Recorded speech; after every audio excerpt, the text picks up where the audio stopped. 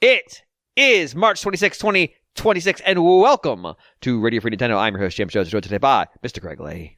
Ahoy, ahoy, everyone. Mr. Guillaume Vayette. Hello. And Mr. John Lindeman.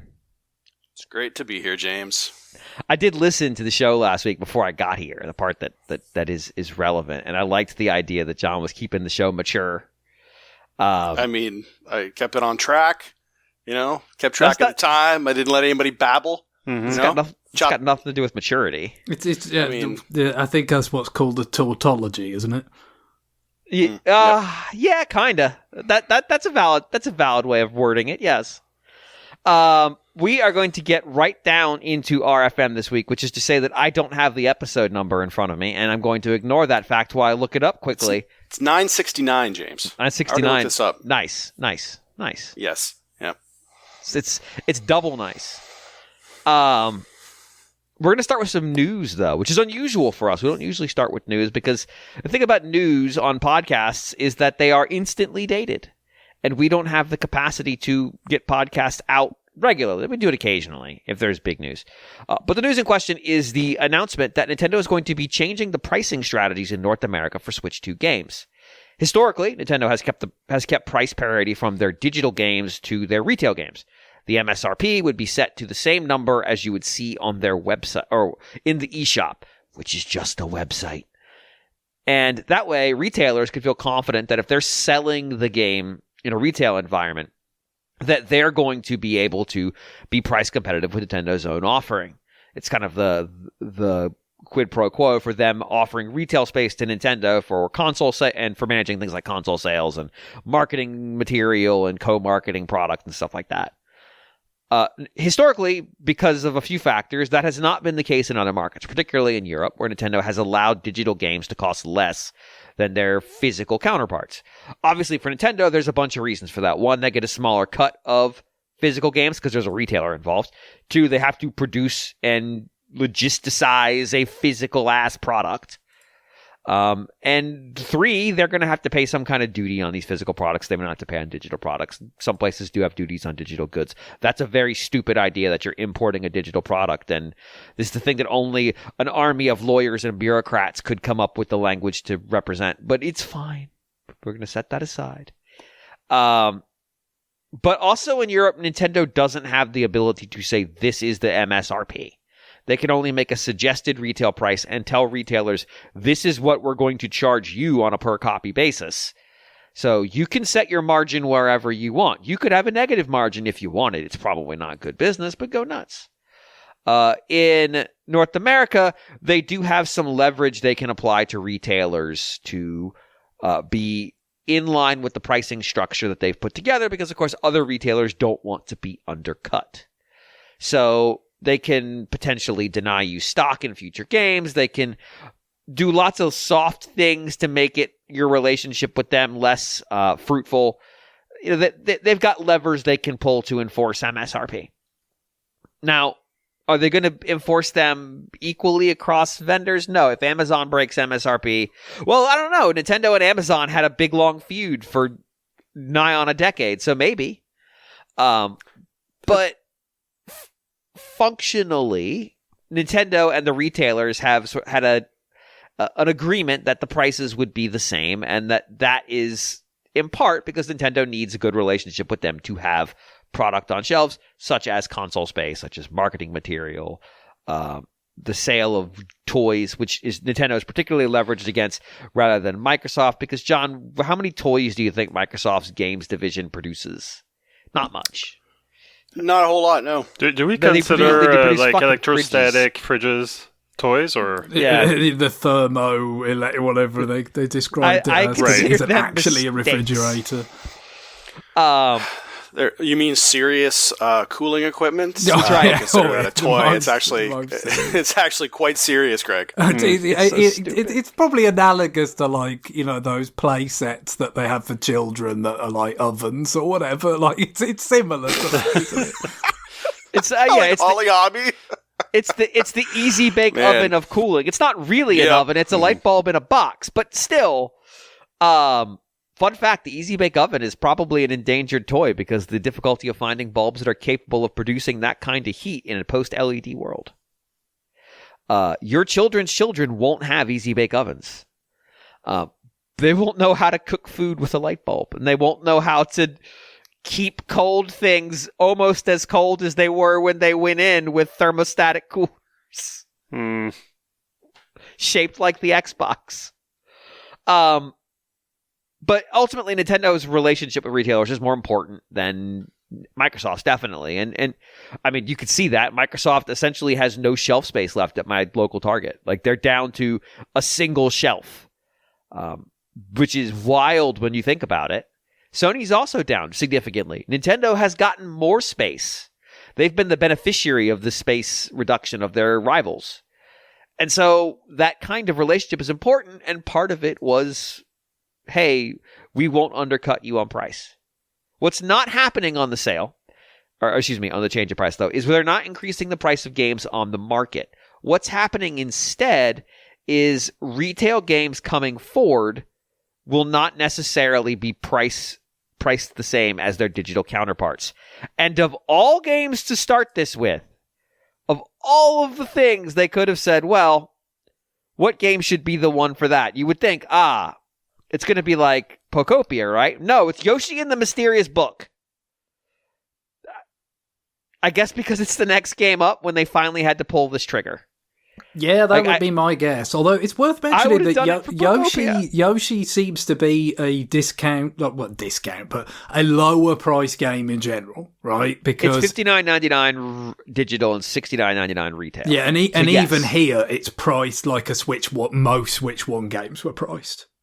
Right. Which is, obviously they've got more flexible with price over the years, especially outside of the US. Like, the US has been the most resistant to any kind of price flexibility. Yeah. Certainly in Japan, something like Smash Brothers, something like Breath of the Wild, those were premium games. It was only really when we got to Tears of the Kingdom, I think, that in America, was it? Or I forget, maybe it was just here that Tears of the Kingdom was more expensive. No, Tears was more expensive here. It was, yeah. So gradually we've kind of been getting dragged towards that. But here's a case where, you've actually got a Switch 2 game that is basically on the presumably kind of the real lower end for a new, it's not a kind of Switch 2 edition or anything like that. Although I think most of the Switch 2 editions are more expensive than this, actually, because you are sort of paying for the game as if it were new and the upgrade on top in one package a lot of the time. So so the Switch 2 stuff. That's another thing that makes it a bit of a slightly peculiar game to begin this era with, given that it's on the lower end of the price scale and, it's aimed at younger players and coming off the movie that's going to have Yoshi in. I think retail's going to be really important for this game relative to other games. So I guess it may just be a victim of circumstance here a little bit. But the thing that I find peculiar about it is obviously what you said was true earlier, James, in terms of this is already the case, say, for instance, in the UK, where, they've actually broken parity. But of course, in some ways, it was a long time coming because they only did it for when the Switch 2 launched, right? So, it's relatively recent. That's 9 months ago or whatever. And also, because they don't have the same leverage to enforce, quote unquote, the recommended price here, a lot of the time what it meant is that they got undercut, right? They had to set the digital price equal to the ostensible kind of physical retail price, but very, unless you really weren't shopping around, you wouldn't, if you did any kind of shopping around at all, you would get it for less than that from a retailer physically. So now at least what it ends up being is more like equal kind of footing. But it's worth mentioning, of course, that happened at the same time that the Gold Points program, which was essentially like a 5% cashback and therefore a de facto digital discount, went away. And that's the thing, obviously, for the US, that program also went away, but they had no compensation for that whatsoever until now. Negative. Yeah. So what's interesting is, so you're right, Yoshi and the Mysterious Book is priced at $59.99 digital, $69.99 retail.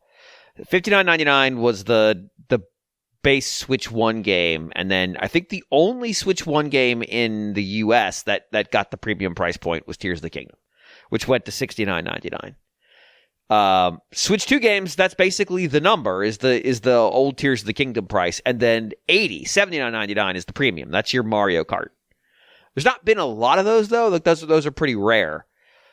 But I get it. Like, the cost of manufacturing these things is high, and the cost of memory is high, and the thing about the carts for Switch 2, and this is why the whole game key cards thing is a thing, is that the memory in them is significantly more expensive than the memory that was in the Switch 1.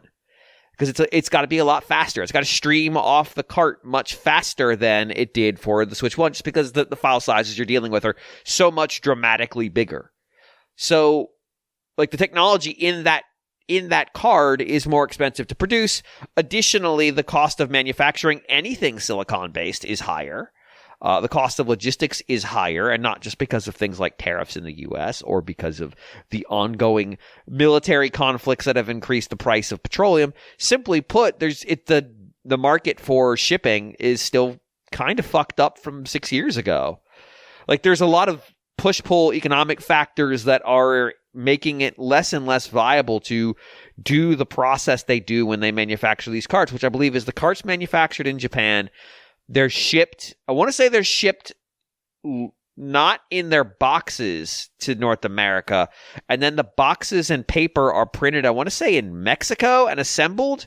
Like, the whole thing is weird, and I'm sure a lot of it has to do with, like, import duties and minimizing your shipping costs, because obviously you could ship a lot of carts in a box compared to a lot of boxed product where you'd be shipping a lot of air, which you don't want to do because the ship doesn't really care. No, and I mean, even Switch 2 and Switch boxes are not that big, but it's still mostly air, isn't it? You know, right. I mean, it is mostly wasted space where you don't even have to, like, provide space for a manual or anything. So it's kind of weird that they are that big. But again, it's presumably for display purposes, right? Because it's totally for display purposes. That's the whole point. That and Nintendo, as you said, are much more sensitive to the need for that than other platform holders have been, because that's their business. You know, a lot of the time is people, you know, buying games as gifts or, you know, for other people more so than just for themselves. So, you know, having that eye-catching display and that presence at retail is much more core to their business. Now, what's interesting is, I suppose that this means that a lot of retailers sell... All right, this is going to be really hard to say because Nintendo has used this term for something else. They sell voucher cards to download games. I was going to say game cards, and then went, fuck, can't say that. And then I was going to say game code cards. I'm like, nope, can't really say that either. So this is a physical card to download a specific... a download code, yeah. A lot of the time, paper. It was like code in a box, right? That was kind of what people would say with the last generation. But they also just have, like, on a hanger rack. You might have, almost literal, little they're gift card, cards, basically. Like gift card type of thing, like the kind of thing that you would have eShop credit on, right? You might also kind of have something similar. Yeah, so, like, at that same Target display I talked about, they have an entire shelf. Like, they're big shelf units. That's nothing, the upper half of it is nothing but cards for various Switch games and Switch 2 games. And those, I presume, as they continue to come out, will be priced at the digital price model because there's effectively no logistics. I mean, Nintendo honestly could give a retailer like Target of size the PSDs to print those cards themselves, and they would just honor the code if they wanted to. The manufacturing price on those and logistics price on those is going to be vanishingly small because the code themselves has no value until the computer says this code is now active, because otherwise people would just steal all the code, so they just steal the cards and walk off. So, like, they have the material value of, let's say, 10 cents of cost of goods. So presumably those are going to start. So on the Target shelf, you might see a game key card box, which will presumably have the higher price. I mean, they don't have to follow this policy for every product going forward. Maybe game key cards won't. Maybe game key card games won't be affected the same way. I don't know. But I would guess they will be, because you still have to ship the fucking box around. But you may have, like, a game key card version of the game and the paper card version of the game, and there'd be a $10 price difference. And that's going to be weird mentally, just because we're not used to that. But I can understand how you'd make the value proposition. That game key card, you can sell, you can trade, you can give to somebody else. That code in code on a card is a one-time use thing. Like, you put it in there and you're done. It would lead to, like, on the Switch, it would lead to, like, whenever a game would come out, like those Final Fantasy 10 and 10-2, and then turns out the 10-2 is not on the game cartridge. It's a code. So it was Mega Man, one of the Mega Man Legacy collections was similar, right? Maybe even both of the first two ones, the first two volumes. Like, so when you resell them, or when you buy them used, like, usually you don't count on getting the second half of it. You'd have to go and buy it on the eShop. The game keycard fixes that problem too, because it can be as big as it needs to be. Yeah.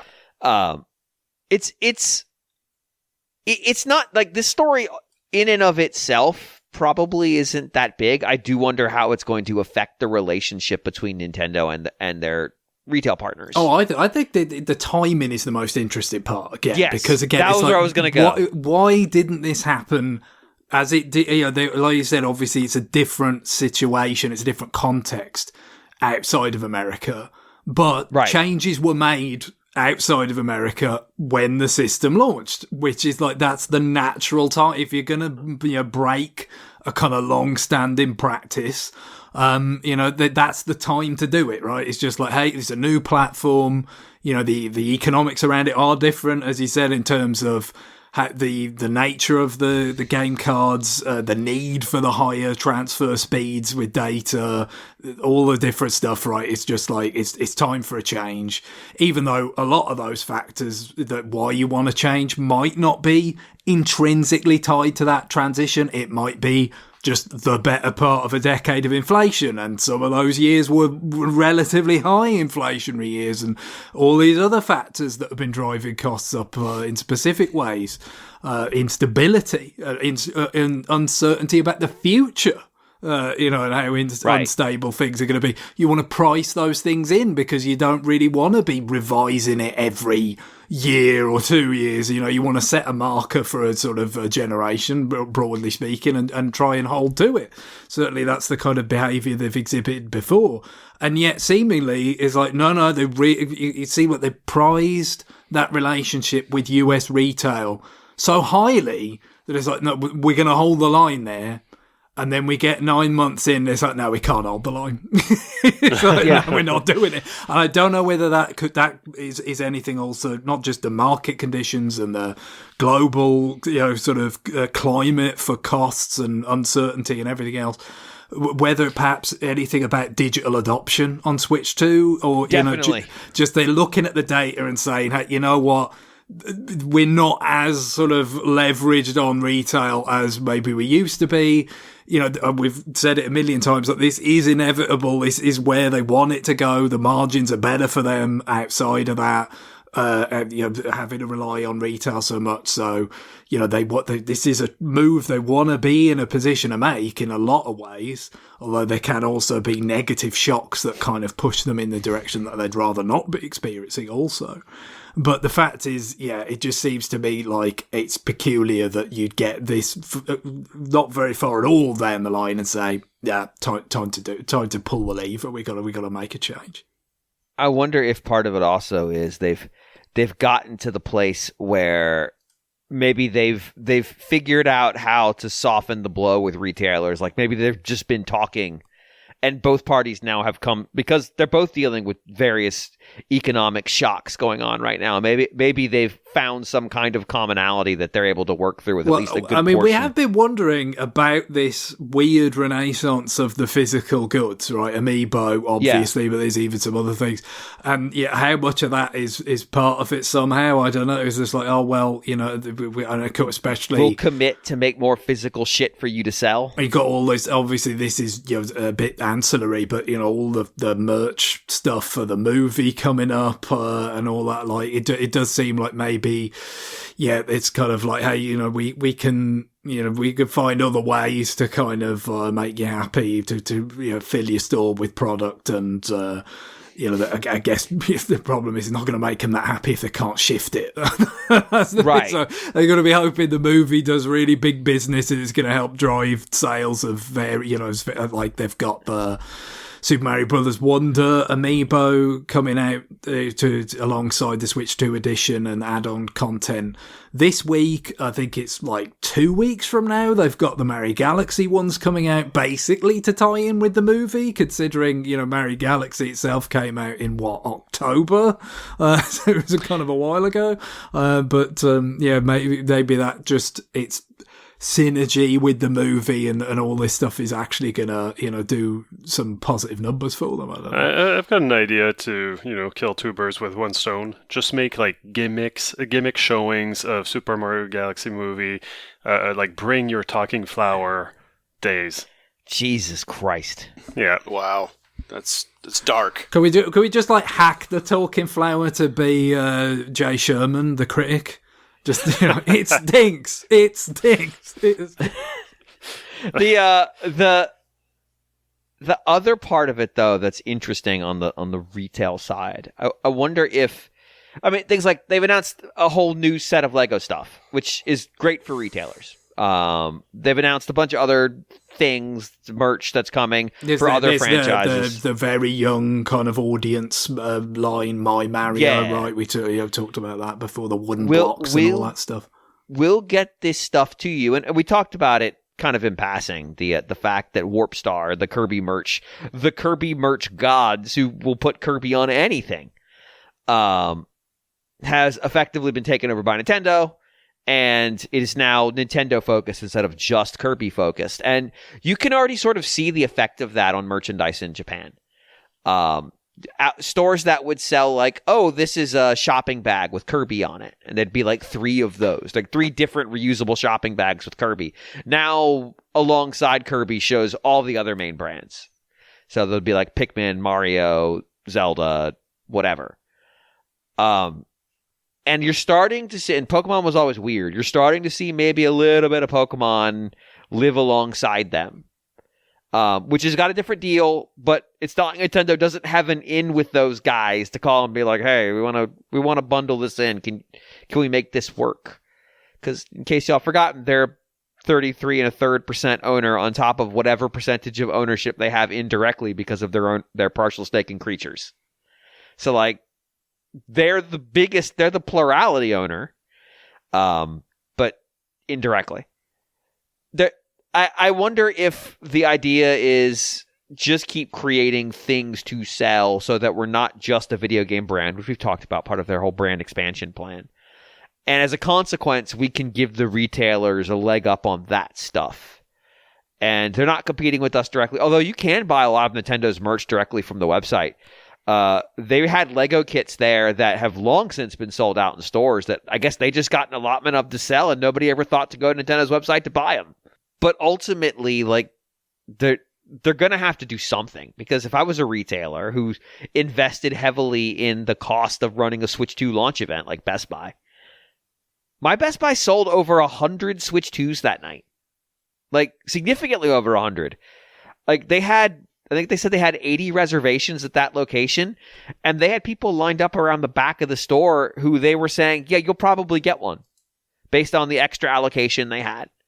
That meant that not only did they have staffing to handle that many fucking people, but they also had done a tremendous amount of logistics to get that inventory distributed and federated to their various locations and secured and managed and all that stuff. Like, the retailers invested a lot of money in that launch, and Nintendo is going to be cognizant of that, especially if they go and launch new hardware, which could be hard to do in the future, given the current state of silicon-based products. And I don't know, Sora's dead. Maybe AI's stranglehold on all of the fucking RAM in the world might come down. God, fucking Sora's dead. It's so amazing. Anyway, that there is.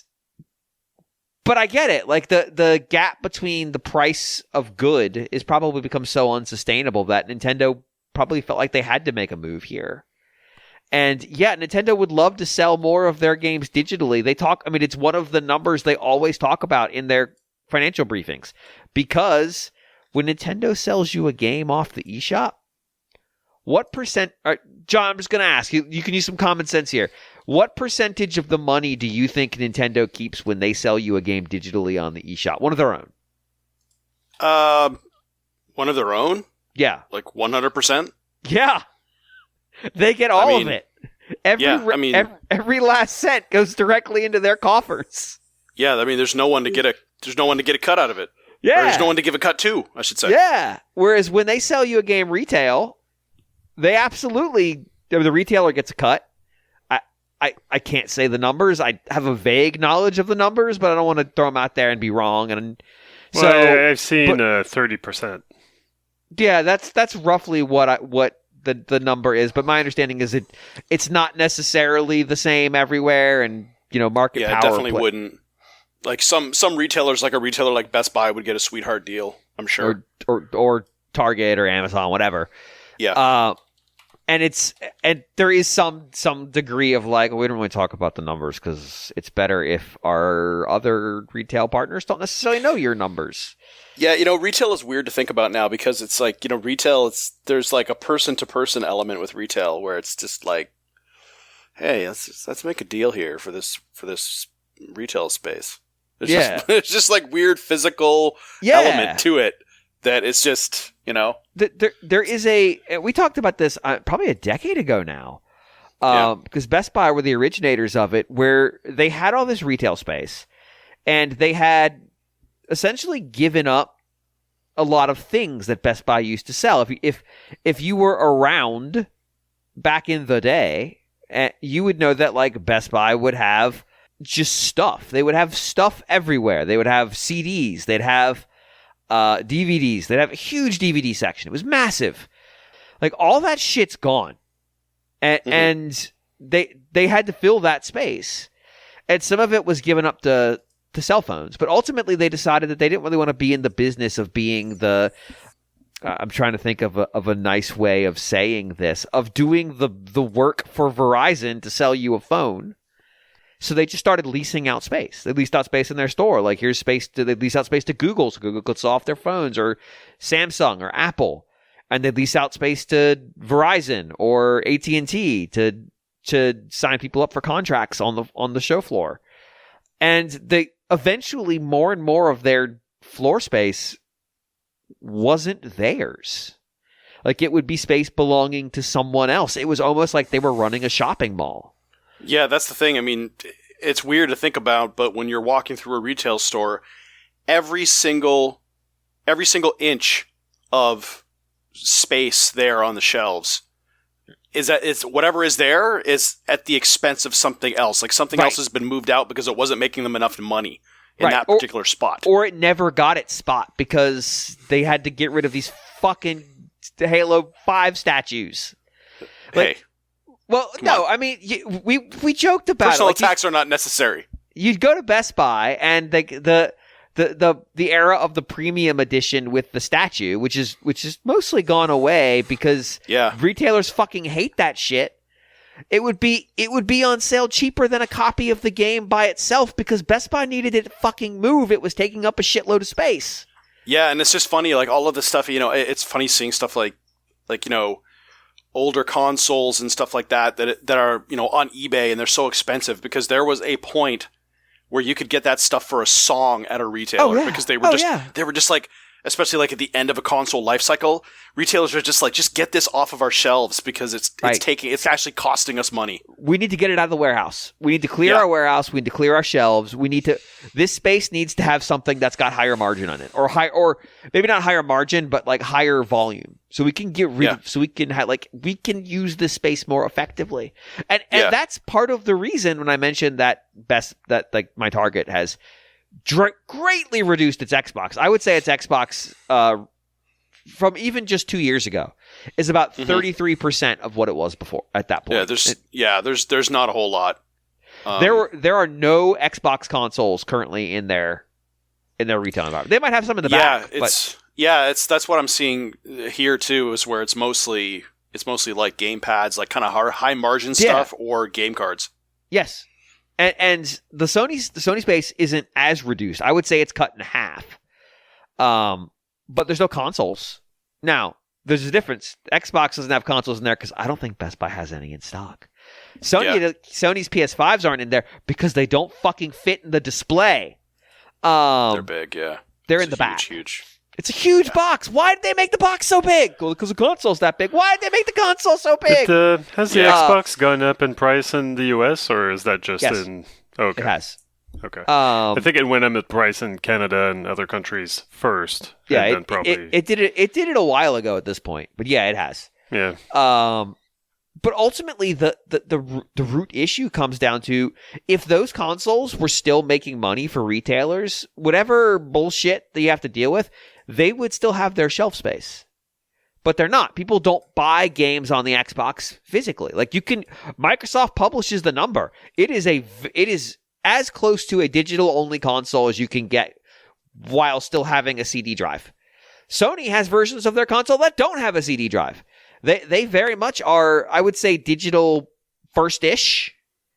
Whereas, with Game Pass, like, it's digital only. And a lot of Microsoft's customers were effectively Game Pass customers. Yeah, not necessarily there's quite a few of the Xbox Series ones don't have a disc drive, right? I think some of them do, but some don't. I mean, like, it's the Xbox Series S that doesn't have a drive. Does it not have a disc drive? I thought it did. The S, yeah, it doesn't. But then there's also been revisions to the X that don't have it as well. Oh, I didn't know that. There's some versions of the X that I think it started that it had a disc drive, and then later on you can still get a model that does have a drive, but then there is a model that doesn't, because that's where the Series X digital. that is where it is. That's where the market is for that platform at this point. The reality of the situation is those games are so big that they were largely game key cards, just like the Switch 2.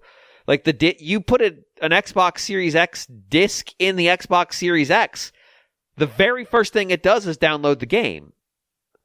Which means that... I remember getting Doom 2016 for Xbox One, and it was like it was basically that, and that was probably like 2017 or something. It's a long time ago now, and that's basically was the experience back then. It's just like, good God, this is an enormous download to just get hit with. It's like, what was the point of even having the disc? But yeah, I assume that's pretty much just the norm.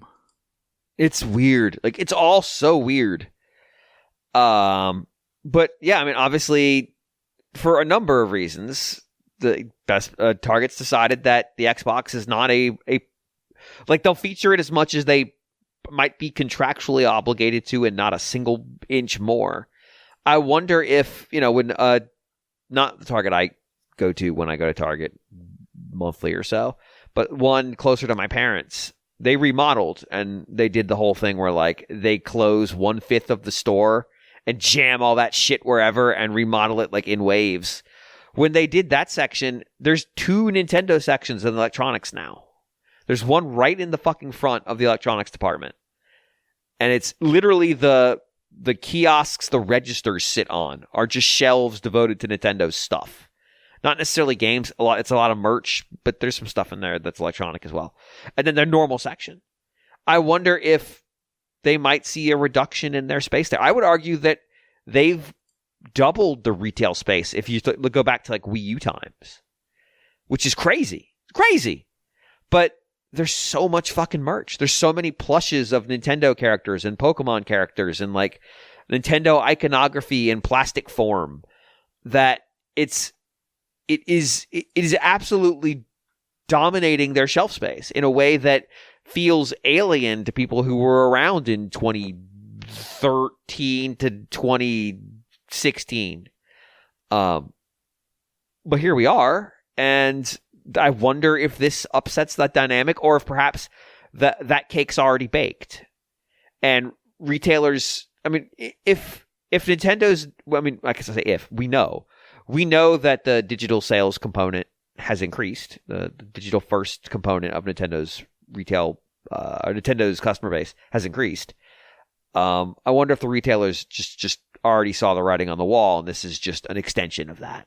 Sure. I mean, it was always peculiar. Again, with the timing point, it was always a bit peculiar. We say, they want you to buy digital, they get that bigger cut.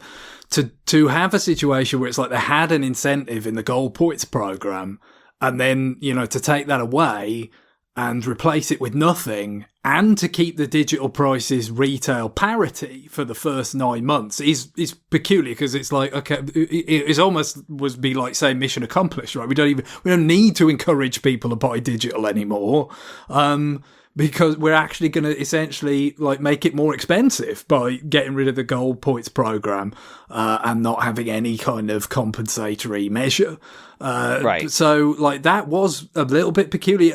I mean, I guess at the time you could read it as just like, yes, we've done, not that, it'd ever be something that's completely static and completely over a solved problem, but it's like, no, we don't need to encourage, we encourage people over a long period of years, and we don't really need to do that anymore. But it still seems odd when it's like this one way of doing it is, so much more desirable for their bottom line that you would take away an inducement for people to do that. But several months later, we're going to be back to at least some kind of change there that makes it a little bit more enticing to consider digital or whatever. But I mean, I don't know, maybe it's just something. Could it be that again, you talked about those retail launch events, or that they just wanted to keep them on side through the launch, and then after that it's not as big of a deal, and they can risk alienating them a little bit more. But perhaps that could explain it a little bit. It's, again, the timing of it is the only really kind of perplexing part for me. Yeah, it's weird, and I'm very curious where it goes. Like, do retailers react? I mean, I'm sure they had plenty of advance warning this was coming. Like, Nintendo's not going to just drop this on them. That would be, if they did, that would be malpractice. So yeah, Nintendo would not do that. I mean, Nintendo has always been very concerned with any retail sort of presence, right? I mean, just all the way through historically, they've always gone out of their way to be good at their retail partners. Do not rock this boat. This boat is important. Yep. But at the same time, like, how do you announce that to them and it not leak?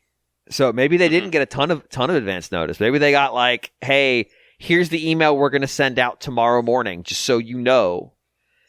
Because that's definitely going to leak as soon as retail finds out about it. Well, I think maybe the 9-month lag was them doing massaging. Yeah. And saying, "Hey guys, we're going to do this. What do you think? Let's work together." We don't want to hurt your business at all. Like I could very much see that they decide to do it, and then they have to go on kind of a retailer roadshow in order to, massage egos. There will be things that come out of this because, again, retail leaks like a sieve that we'll hear about in the future, I suspect. But also, Nintendo's going to get questions about it from their investor briefings, I'm sure. Like, we joke that the investor briefings are the purview of the stupidest question possible, and that's true. Nintendo will be asked in the next retail briefing a question about this. Absolutely true. They will also be asked the dumbest question you can possibly imagine, and perhaps stupider. Yeah, I can just see somebody scratching out the question, are you going to be giving out free tickets to investors to your theme parks? We want to see that out. Can I come to the Mario 2 premiere? This. I want to go to the Mario 2 premiere. Can I come? The movie came out 3 weeks ago. Can you? Exactly. Can I go to the Mario 3 premiere? We haven't announced Mario 3 yet. Yeah, but can I go? Do you have a special batch of Yoshi popcorn? That's right. Popcorn buckets. All right, we need to talk about this because last Friday I got an email from Nintendo PR, that is the most infuriating PR email I have ever received. I want you to understand the bar we are talking about here. I have not gotten a PR email that made me more upset in a long fucking time. Because it wasn't from Nintendo's PR company. It wasn't a GH email. This was an email from the Guinness Book of World Records PR company. And you might be saying, James, what the fuck is the relevance of the Guinness Book of World Records to the Mario 2 movie? Well, you see, Nintendo and I can't remember the name of Illumination, and various theater chains around the world have secured the Guinness Book of World Records record for the world's smallest popcorn container. Because in the movie, Bowser has been shrunk down. That's in the first movie. In the second movie, he's still tall, and in one scene, he eats popcorn as a small little tiny Bowser. And so they made a popcorn bucket, Bowser-themed, to scale for the small, tiny Bowser that holds, quote, about 4 to 6 popcorn kernels. These motherfuckers have found a way to charge you like $15 for 4 to 6 kernels of popcorn and a piece of plastic that is, quote, the world's smallest. And they're proud of this. Reminds me of that joke in Futurama of Fry going to the movie theater, getting a regular Slurm, and the clerk going like, "Do you want an extra small for just 25 cents less?" Yeah, it's just this exactly. tiny little, dentist's whatever. Like, I don't know how to call it. Anyway, the little like rinse your mouth out cup, little paper cup. Yeah, basically. Yeah, that's the size of this popcorn container. Yeah, it's fucking infuriating. Like, I don't know why I saw this and it just broke me, but it like I was at like a 2 and I saw this email and was at like a 15. I was like, my blood pressure just exploded. I'm like, you absolute would you say this is monsters? Would you say this is Nintendo's thermostatic cooler moment? Or? No, because this at least does what it says it does. It does hold popcorn. A fascinatingly small amount of popcorn. But it does hold popcorn. The thermostatic thing did not... Well, I guess... Is it called a thermostatic keeps things cooler? Cool, you know? Because remember, it says explicitly to put only things that are already cool in it. Yes. So it's not a cooler. It's a maintain cool. Caves also keep things cool, and this is just continuing that tradition. Do you call caves a refrigerator? I don't. You know? It's tomato. I'm so mad right now. I'm already at a 15 because I'm thinking about the fucking tiny ass popcorn container. You know, one man's cave is another man's electro-thermostatic refrigerator. It's not a refrigerator. It doesn't refrigerate. Oh my god, it's just so stupid. And it couldn't refrigerate. Like, that's the thing. It can't refrigerate because then it would have to have refrigerant in it and then have to go through all these extra verification steps. And also, if it turns on its side, it's going to burn out the motor. Like, man, yeah, I get it. It can't. I feel be like I've won already. You're in. You're sucked in. Fuck sucked in, James. You. I'm going to take this out on you in email. Just know that. Just know that because of that, on email, I'm not going to be like at a 17, and the shit that's going to come out of my mouth is going to need to be redacted. But I'm the editor, so it's not going to get redacted. It's going to be in the feature clip. That's what's happening this week. Just know. You are going to get the worst fucking image to have to caption. It was all worth it. You are going to get the worst. Just implacable is where I'm going to be. I'm going to be sitting there going, what other detail can I squeeze in here that he's going to have to Google the name for this very specific Renaissance era piece of accoutrement? It's like, what the fuck do you call this frilly ass collar bullshit that somebody is wearing? It's not even going to be germane. I'm just going to do it, so he has to find its name. It's crazy the stuff you find on WikiHow. You know what the worst part is? I probably could find that thing if I knew its name on WikiHow. WikiHow is fascinating. I have found shit I thought I would never find. Like things where like I Google it and I get 6 results and I'm like, are you kidding me? Why are there 6 of these? But also I draw a lot more of the assets than I let on. I draw a remarkable amount of the assets at this point. So you could tell if you go back and look at them because I don't try to match the art style because I don't give a fuck. But I'm going to think of the, what was it, the bicocket, John? Is that what the hat was called? It was a bicock, yeah. I'm gonna find something even more insipid that you're gonna have to figure out what it's called, and I'm gonna layer them all over this image. They're going to be everywhere. I'm going to make you figure out who is this random Greek philosopher whose face has been emblazoned on a me. Then when we talk about this fucking me-driven game that we're going to talk about. So I take it we're done with this piece Yeah, of news? no, we're done. I'm done. Okay. I'm done at all. I'm done for good. This is it. I'm just... Entirely.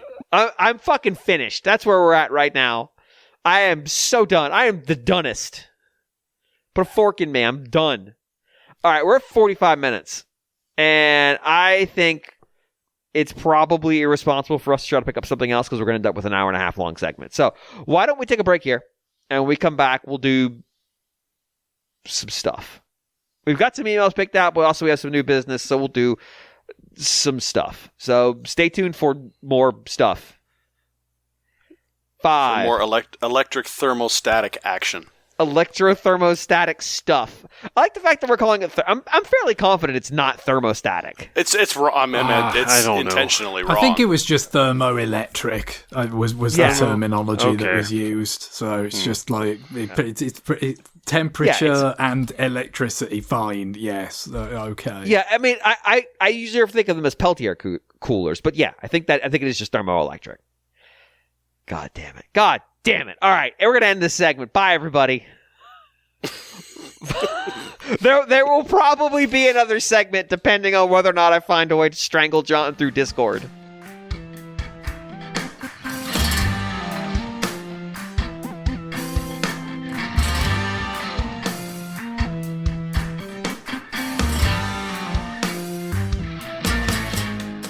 We are back. We're going to do some new business.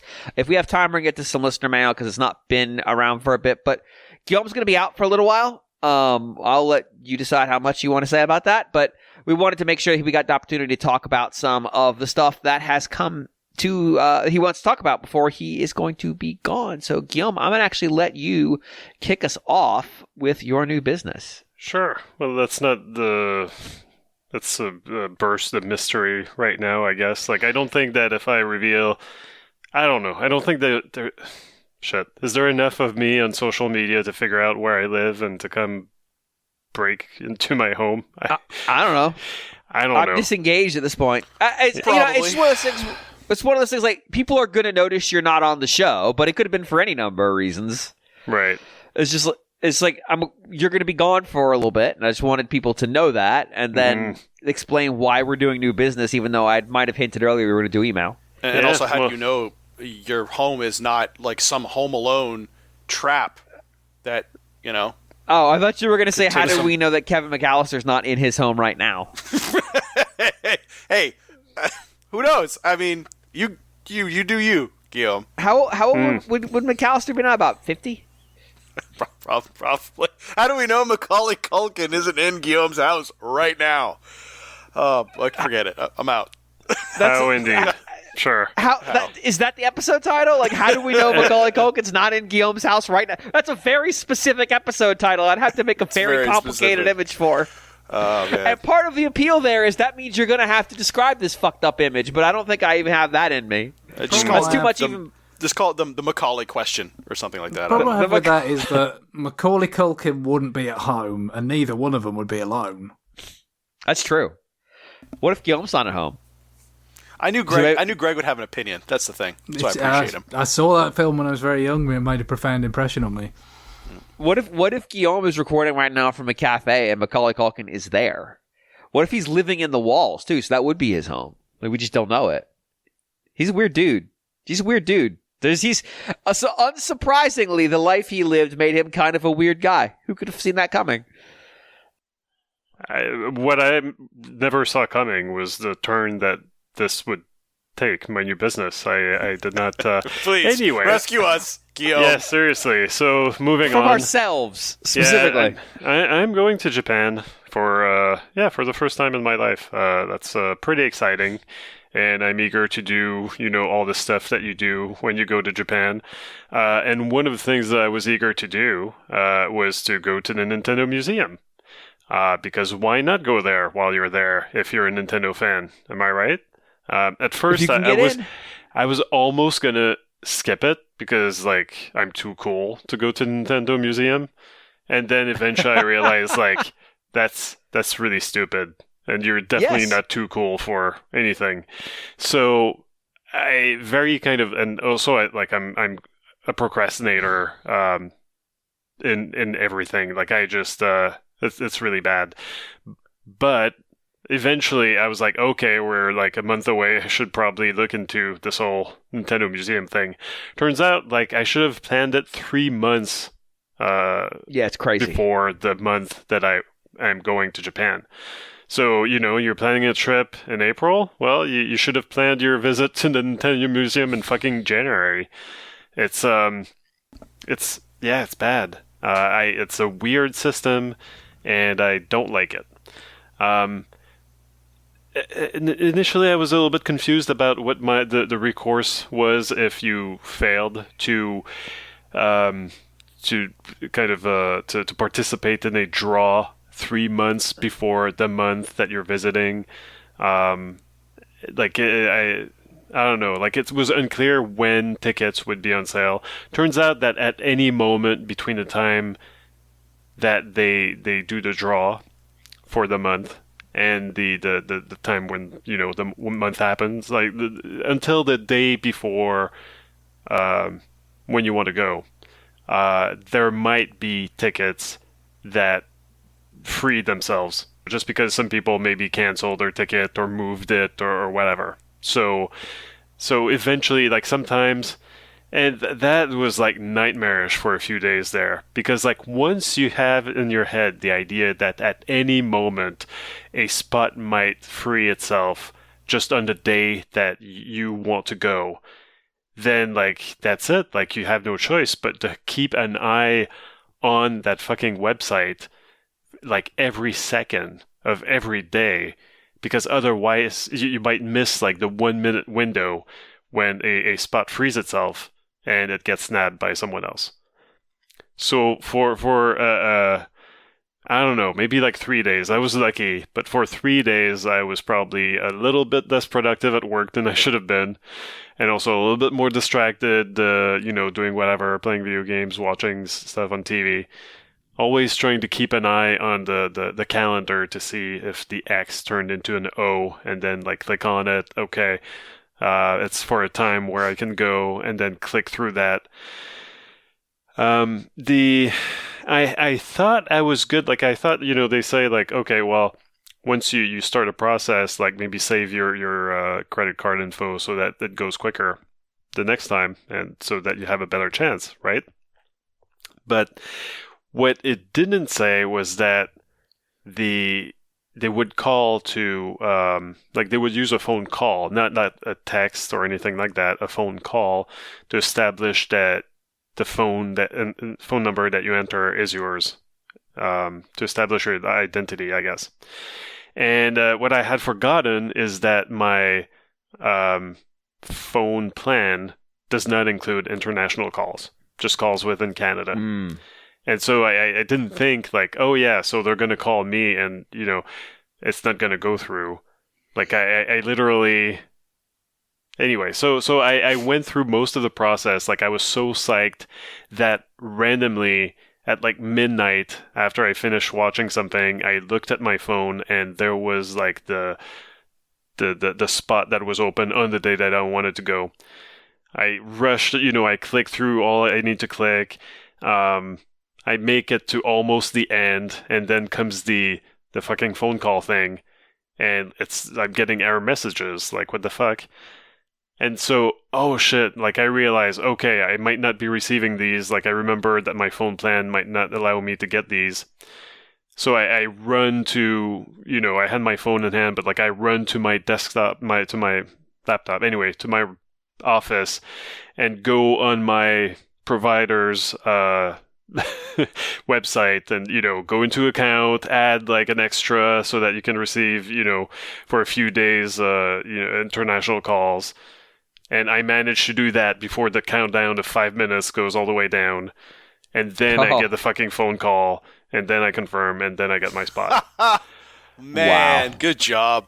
And all of this was like, past midnight. I don't know. It was a weekday. It was not fun. I would not describe this as a fun process at all. So Japan does the lottery system for in-demand tickets because they perceive it as being more fair. It's not just like people who have super fast internet get it.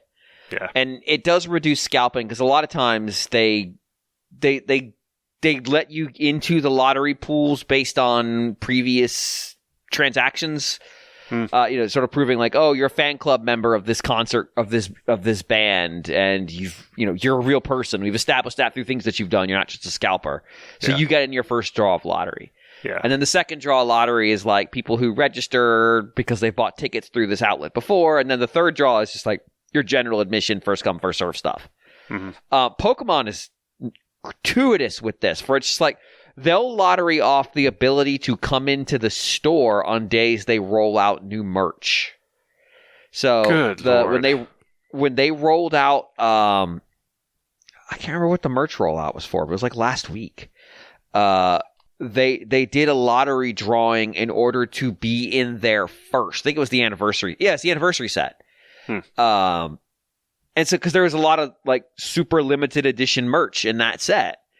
And so if you got a low lottery number, that meant they gave you a time that said your window to come into the store is between like 9 a.m. and 9:15 a.m. And that way they manage how many people are in the store. They also don't have a line build up in front of other stores around them and cause trouble. But also it lets them predict how many tickets they need to sell. Sure. I suspect that you were probably in a better place because the museum's been open now for about 6 months, maybe 7 months. Mm-hmm. But yeah, like 3 months out is long. The Ghibli Museum is the same thing. Like, they don't do the lottery, but it is like you got to reserve your tickets like 4 months ahead of time. No, actually, like it opens 1 month ahead. But was it 1 month ahead? Okay, so it's gotten better then. No, because when I went, it was three. It was like 3 months. Like we got lucky getting tickets. When I went, it was like, oh, did you not know you were going to come to the Ghibli Museum 90 days ago? That's not my problem. Yeah, but like it's 1 month, in advance. But so we were there like at I don't know 10 or something, like whatever the equivalent time was for Japan when it opened. So we were there like we couldn't have been more on time. To be there to go in the virtual queue, and we were number 52,000. What? Yeah. What? So just for tickets for like a month, right? Like, so I'm not sure if it got better. I think that they just like, it's pointless to do it 3 months in advance. If 50,000 people show up, apparently 50,000. We looked later at websites giving tips to get a ticket, and some said like you have improve your chances by having like 5 computers and try to log them on at the same time. Sure. Yeah. But we don't have that, and also we didn't want to do that. So this is one case where I was like, yeah, fuck it, we actually can't get tickets to this thing. 52,000 was just like way too much, right? Like, and the queue was not going very fast. Like, we waited for a couple of hours and we're at 47,000. It's like we knew, okay, like that's not crazy. happening.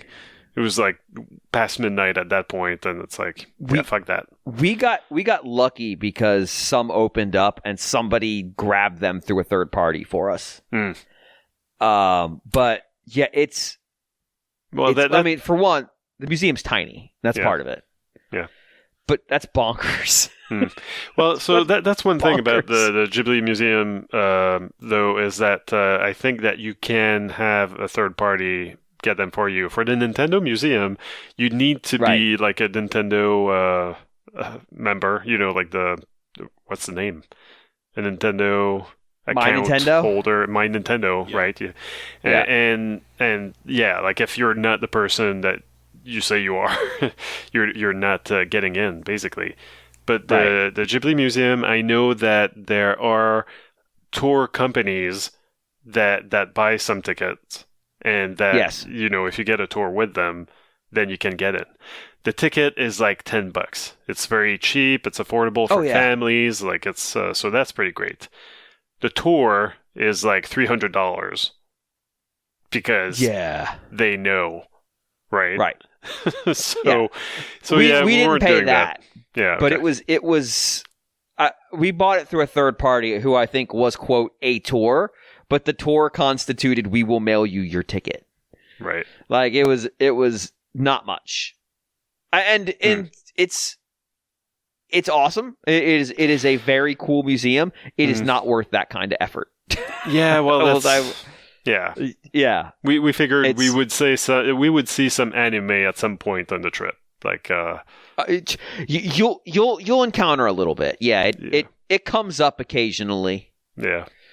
So that's my Nintendo museum adventure. I guess the moral of this is, if you're planning on going to Japan, plan ahead, further ahead of time than you think you need to if you want to go to the Nintendo museum. And Japanese theme parks work. Oh, go ahead. I really fucking hope that the gift shop has the remote cushion in stock, because I just I need one.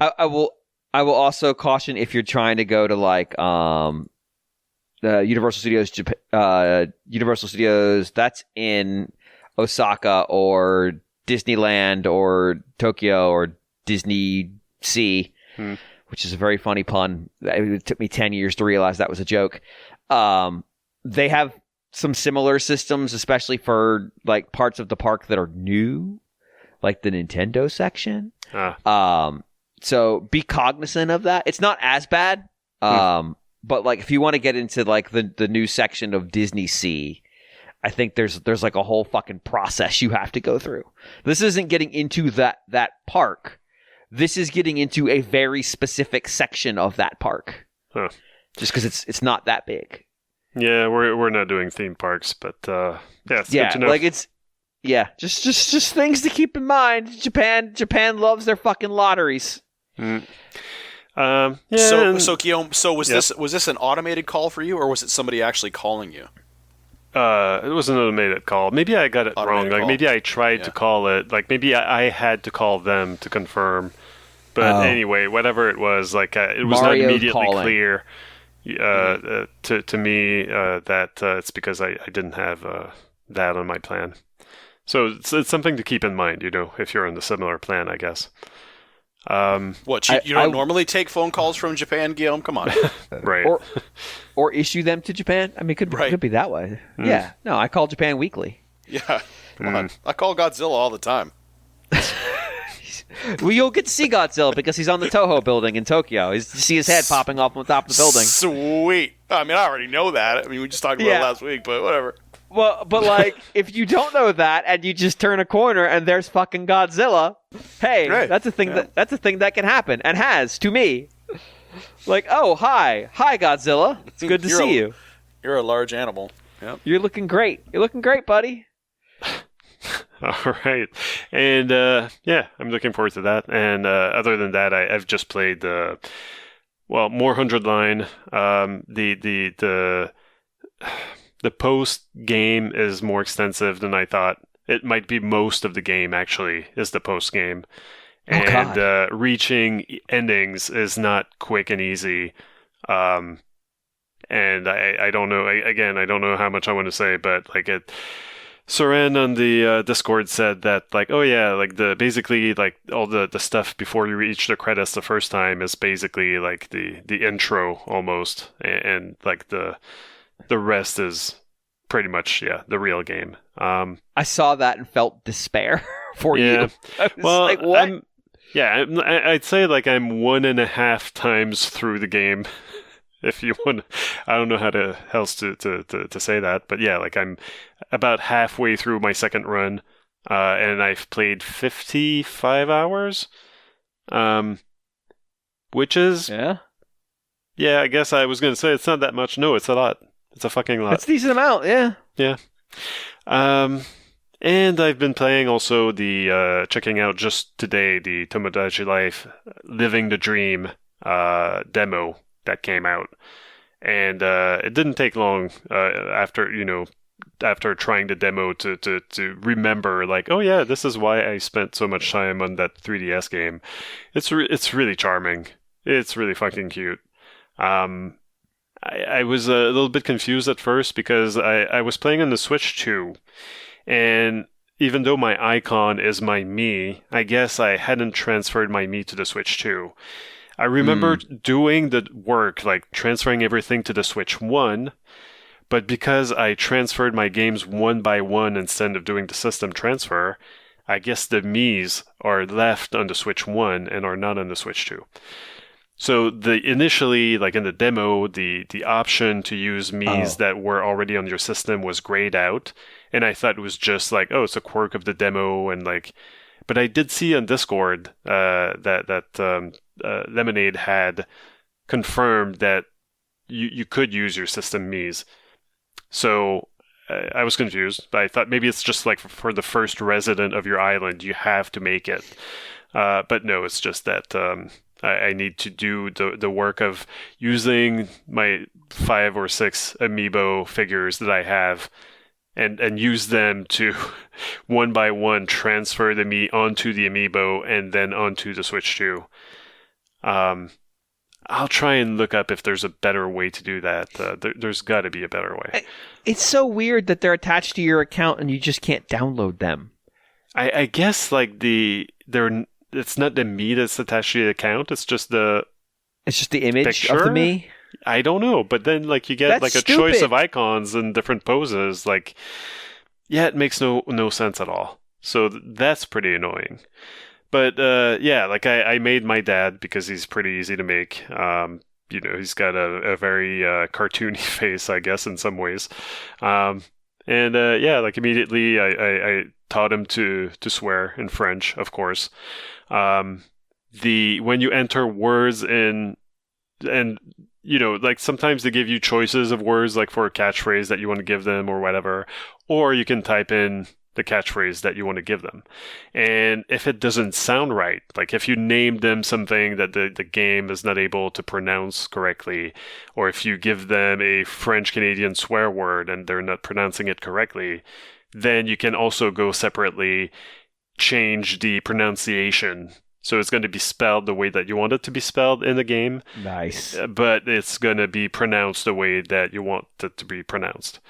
And it works pretty well. You just have to, like, okay, if I were an Anglo, how would I interpret this, colorful French-Canadian swear? And so, I typed out what I thought it would sound like. And, I managed to get a pretty good approximation of ciboire, which is not like the most offensive swear word, but it is a swear word. And it is one that my dad uses in real life and on my island in Tomodachi life, living the dream. Art imitating life. Yep. And other than that, yeah, like it's just very, the cartoons are funny. They do little funny expressions. The way they interact are always kind of surprising and fun. And so I can see myself and Karen play this a bunch until the interactions repeat, I guess. Like that's eventually what happens, and eventually you lose interest.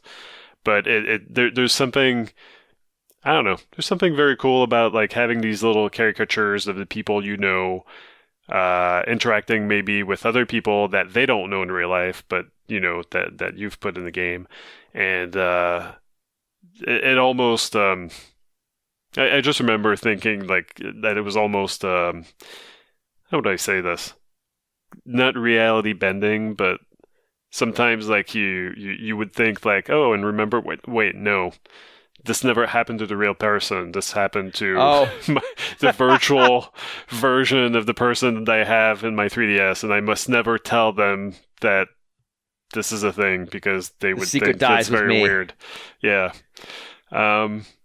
And what else can I say? Oh yeah, I found it weird that I was playing in handheld mode. I was typing stuff, and then I was like, well, I should, but like it's easier to type with your fingers on the virtual keyboard, and it wouldn't work. And I was like, wait, what the fuck? Do I need to detach the Joy-Con for the keyboard to work? Like, what's going on there? And then eventually I got the message on the screen that said, like, when you're in handheld boost mode, the touch screen is disabled. So, one, I'm glad that the reminder eventually comes up, because that's useful. Boost mode claims its first victim. You heard it here.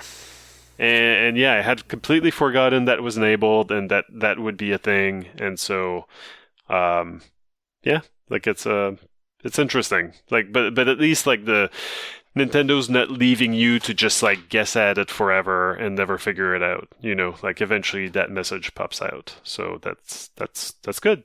That's good. Yeah. Not much else to say about it. It's still weird there's not a Switch 2 version of that game. Well, like, I get that it probably doesn't need it, but just for compatibility's sake.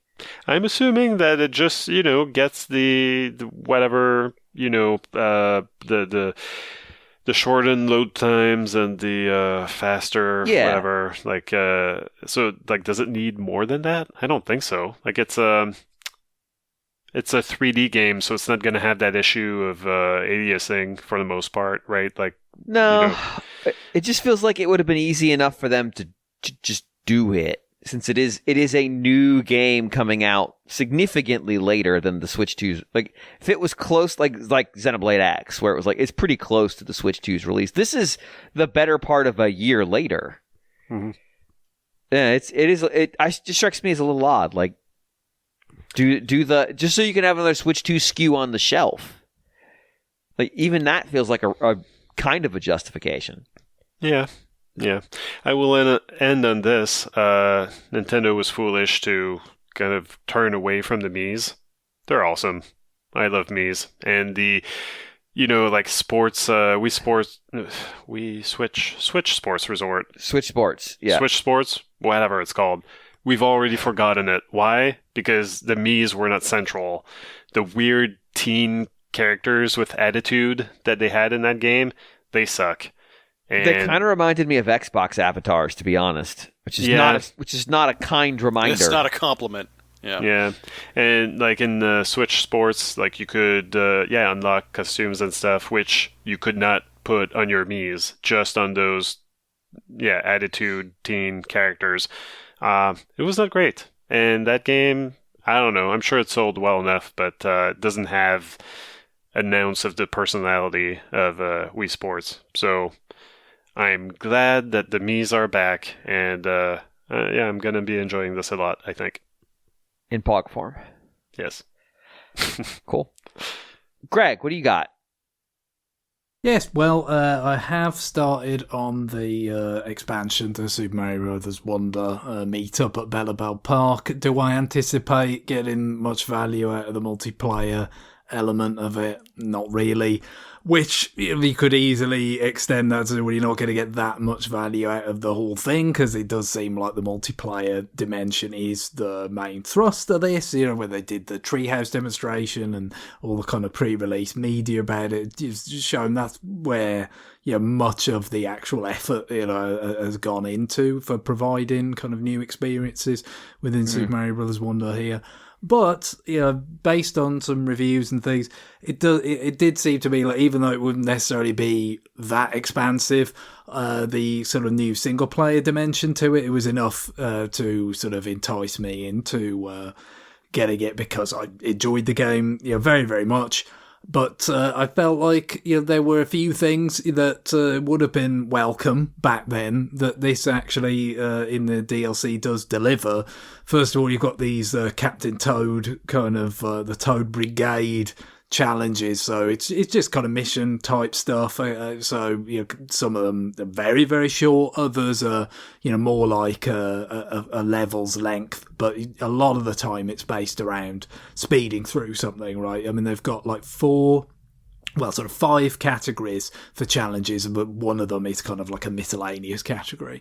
But the other 4, a lot of them are kind of riffs on speedruns, right? You've got like an outright speedrun, you've got kill or a certain number of enemies within a time limit, and then you've got a sort of invincibility speedrun where it's like, okay, you've got to maintain invincibility all the way to the goal, which means being able to get to the next invincibility star in time, before it times out, right? So all kind of riffs on that kind of concept. But I think what's really nice about this is that obviously you did have these kind of the badge or challenges or whatever, that you had back in Super Mario Brothers Wonder originally, where you had these powers. You had quite a broad array of powers, a lot of them sort of drawing on the history of the series, right? It might be like, oh, you can do that kind of charge jump from Super Mario Bros. 2 USA, or you can you've got all these kinds of different the grapple vine thing and wall jumping powers and all this very kind of broad stuff which you could use in the general sense, but there would be like a specific challenge using it, to kind of demonstrate what it could do. And so these challenges in a lot of cases are just kind of, again, taking bits and pieces from the original, game and sort of saying, what more could we do with that? So it might be like stuff that were wonder powers originally, like there's quite a bit involved in being like the big bouncy ball that was like a wonder effect. But then also there's a lot of stuff about using badges. You've got combination badges now, so it might be like, oh, you're invisible and a spring. Try and maintain proper positional discipline to survive while being that, so like I think what it basically does is like some of these things that were there in the game but didn't really get used that much because like the wonder effects tended to come back like once, I want to say, generally. Right, like you kind of saw not them much. You'd see them once, and then you'd see them once more, and that was just about it. Like, and so some of these badges, it might have been really other than their kind of core challenges. Like, it would be up to you how much you wanted to use them. It's kind of nice to, and then also power ups, right? So you have stuff like the elephant power up, as you might imagine, the new flower based power up where you kind of spawn these like rising kind of flower platform type. Well, you don't use them as platforms, but they kind of almost look like they could be. I don't think you can, but it's almost like an upward drafting shield that can screen off enemies. Very good for like these killing enemies quick sort of challenges.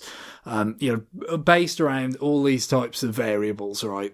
Power ups, wonder effects, sort of properties, badges, combinations of badges, and just have some quick fire challenges based on specific layouts to show you what you can do with those things and to test what you can do effectively with those things. So that's it's very kind of quick fire fun. It's your classic kind of addictive one more go, one more challenge kind of stuff.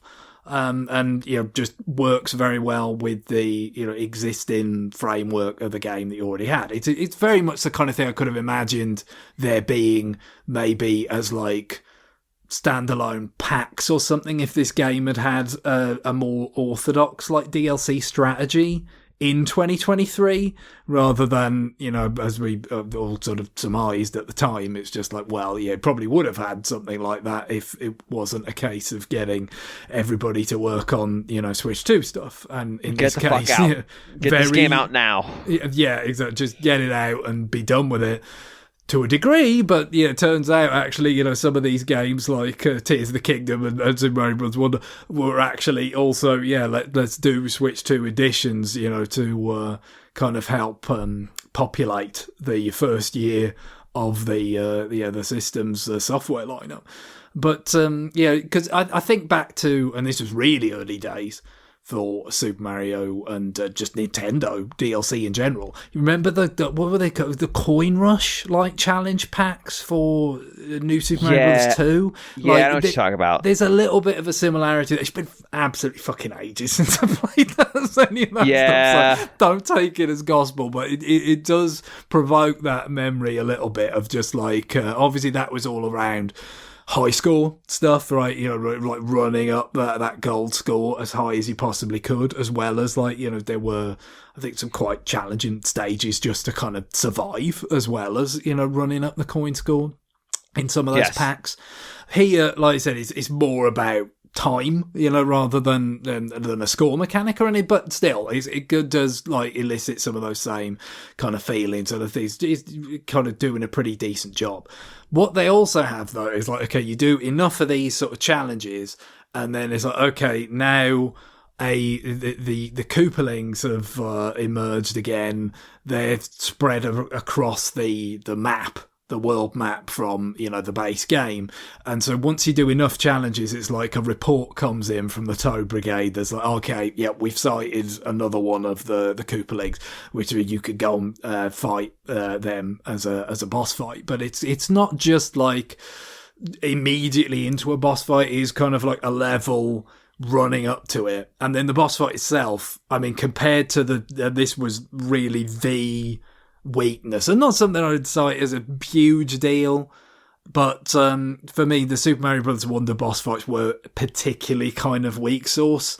It's it has never been, probably will never be, a particular strength of side-scrolling Super Mario games in particular. You did the 3D ones, as you know, have some weaker moments with bosses, but I feel like the side-scrolling ones, a lot of the time, there really is not that much effort or kind of a priority attached to them, right? I guess, you know, you go all the way back to Bowser, you know, in Super Mario Brothers, and it's just the same thing, you know, with a slight difficulty wrinkles added 8 times or whatever.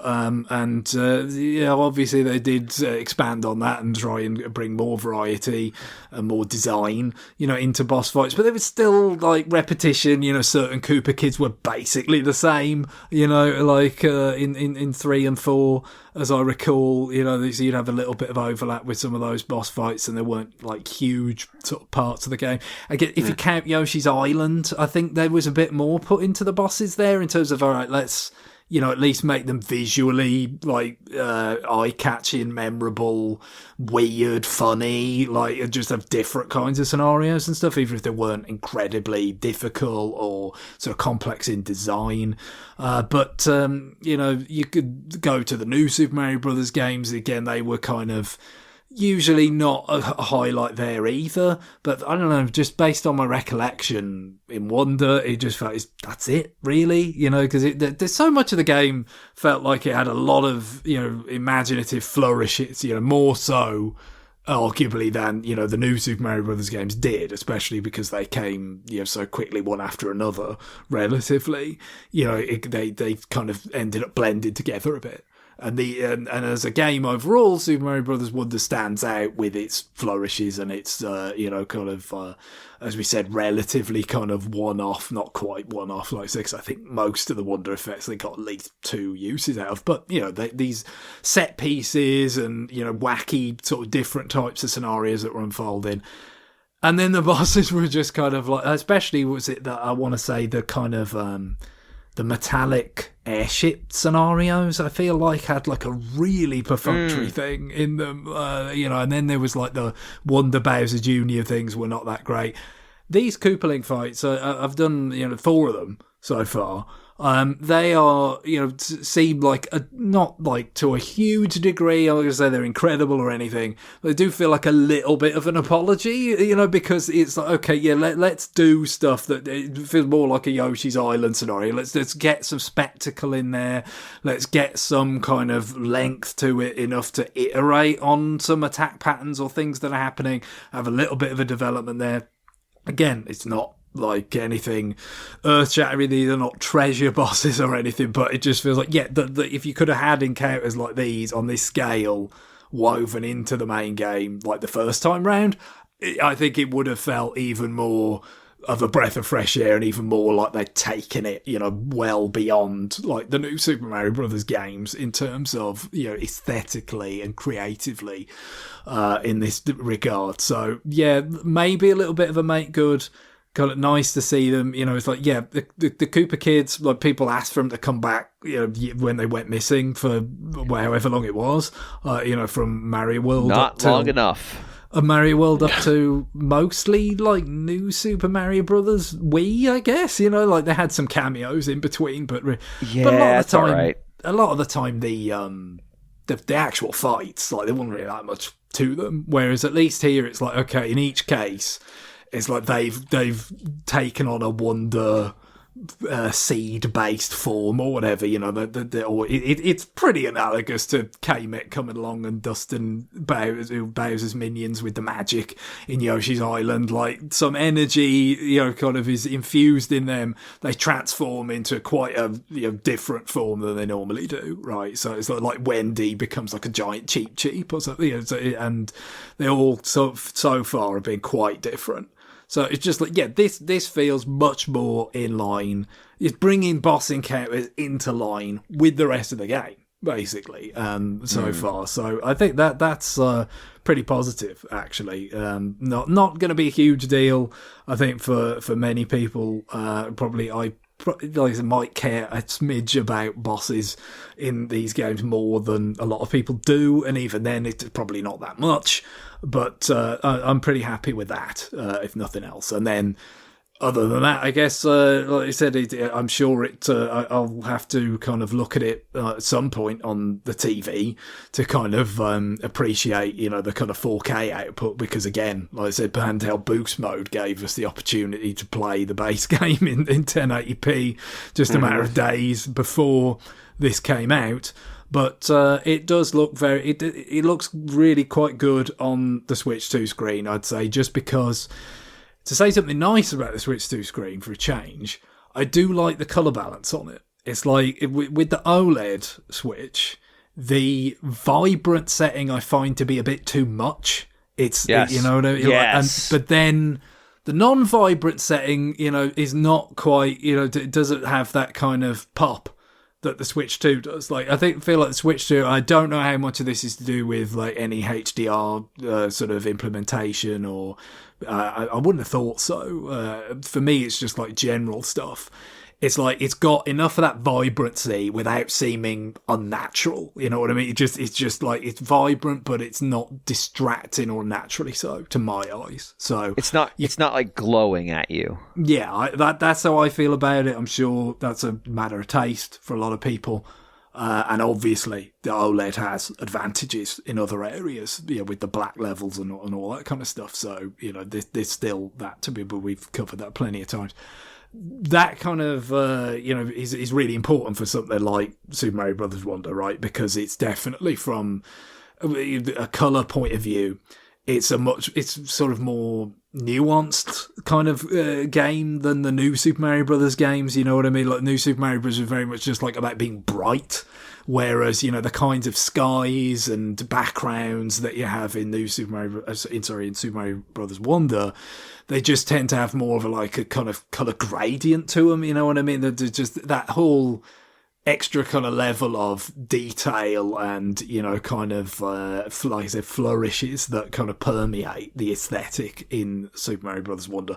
I think it benefits from the kind of nice colour reproduction that you get on that screen. So while the motion clarity and the black levels and all that might not be where you'd like, ideally, on Switch, it still ends up looking really, really nice on the portable screen, relatively. And like I said, I'd be interested to get some time with it in front of the TV at some point, because again, that was not something I did really at all when I played it the first time in 23. So yeah, it'd be kind of cool to actually do that this time.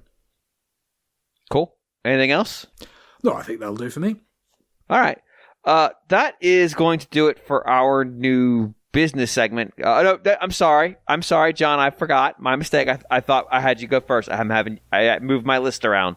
I mean, is this obviously some sort of discrimination?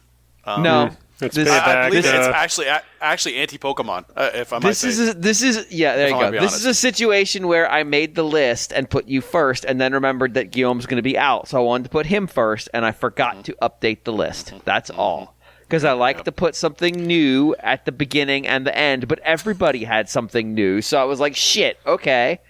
My mistake. John. John, I would like you to tell everyone how Oblivion Watch is going. Oblivion Watch is actually it's going, man. I got a lot of irons in the fire right now. Iron does sharpen steel, as we know. It doesn't. As we know. It absolutely does not. I've got an iron file downstairs. I'll go take a steel tool and see what happens. I'm going to give you a hint. Nothing. And it's going to glide right over it. Yeah, so Oblivion it's been pushed over to the side a little bit. I still dip into it now and then. But Oblivion, I have to say, Oblivion is at the point now where, and I think this is kind of where I wind up bouncing off of these games. Skyrim the same way. Hey, I'm not making excuses here. Trust me. It's going to get done. It's going to get done. Uh-huh. But right now there's just an overwhelming amount of quests that I could do in that game. And my character's just like good. Like I can just do anything in that game. So really, what's left in that game is just knocking out quests, right? So that's kind of one of those things where I'm like, I can do this anytime. So, but more importantly, I did pick up Pokemon Pokopia. I could not resist. And it's good. Can I tell a story here? Absolutely. Okay, so I got a text from John on Sunday, which is almost always like either something fucking stupid has happened in the world of sports 100%, or wrestling. Yep. Or a dumb news story about a city one or both of us has some kind of connection to. For example, the Hawks, when they attempted to do a tribute night to a strip club in Atlanta, covered 3 bases in one shot. Because that was also an old WCW hangout. So there we go. We got the whole thing. I got a text from John. It was on Saturday. Excuse me. It says, "Got Pokopia. I could easily sit here the whole day playing it. But an hour earlier, I had seen it pop up on the corner that John was playing Pokopia, and my response to him, and this is exactly what I said to myself: got him. Get fucked, Oblivion." yeah. It's a time suck for sure. So where I'm at right now, James, is I've opened the two new areas, right? So yes. the one I was in was the mountain one, and so I'm over in the seaside one right now. And I can't fathom trying to do those at the same time. No, I'm not going to. I'll do the seaside one. That's more approachable. Yeah. So, and you do get in the second area. You do get you get the relocation hut and the demolition hut, and you need a Pokemon with Bulldoze to do both of those. Oh, okay. So all right, that makes sense. That's what you need Bulldoze for, which makes perfect sense. Yeah. So so I got this and didn't really know kind of what I was getting into, but I will say about this, and you talked about it at length last week. This game really, it's kind of like you described it, I think, as a mashup of Minecraft, of Pokemon obviously, but Minecraft and Animal Crossing. And I will say that this game is more. I like it more than Animal Crossing because it doesn't compel you to min-max like Animal Crossing does. The fact that the way that Animal Crossing says you have to amass 300,000 bells in order to get a bigger house. Yes. That to me is one of the worst things about that game, because it immediately, and also it introduces the turnip shop. So it just takes this capitalist stock watching bent that I don't really think that game needed gambling. to go in at all. Yeah. I mean, just the fact that I remember when that game came out at work, of course, a Slack channel pops up for Animal Crossing, right? But really, why did that channel, did people want to discuss the game and how much they liked it? No. That was basically a turnip marketplace. Yeah. Where people were saying, here's the code for my island. I have turnips at 125 bells. Come here and let's feast. And so that's kind of what that game became. And I think also, obviously, the Pokemon characters are much more charming than the Animal Crossing characters.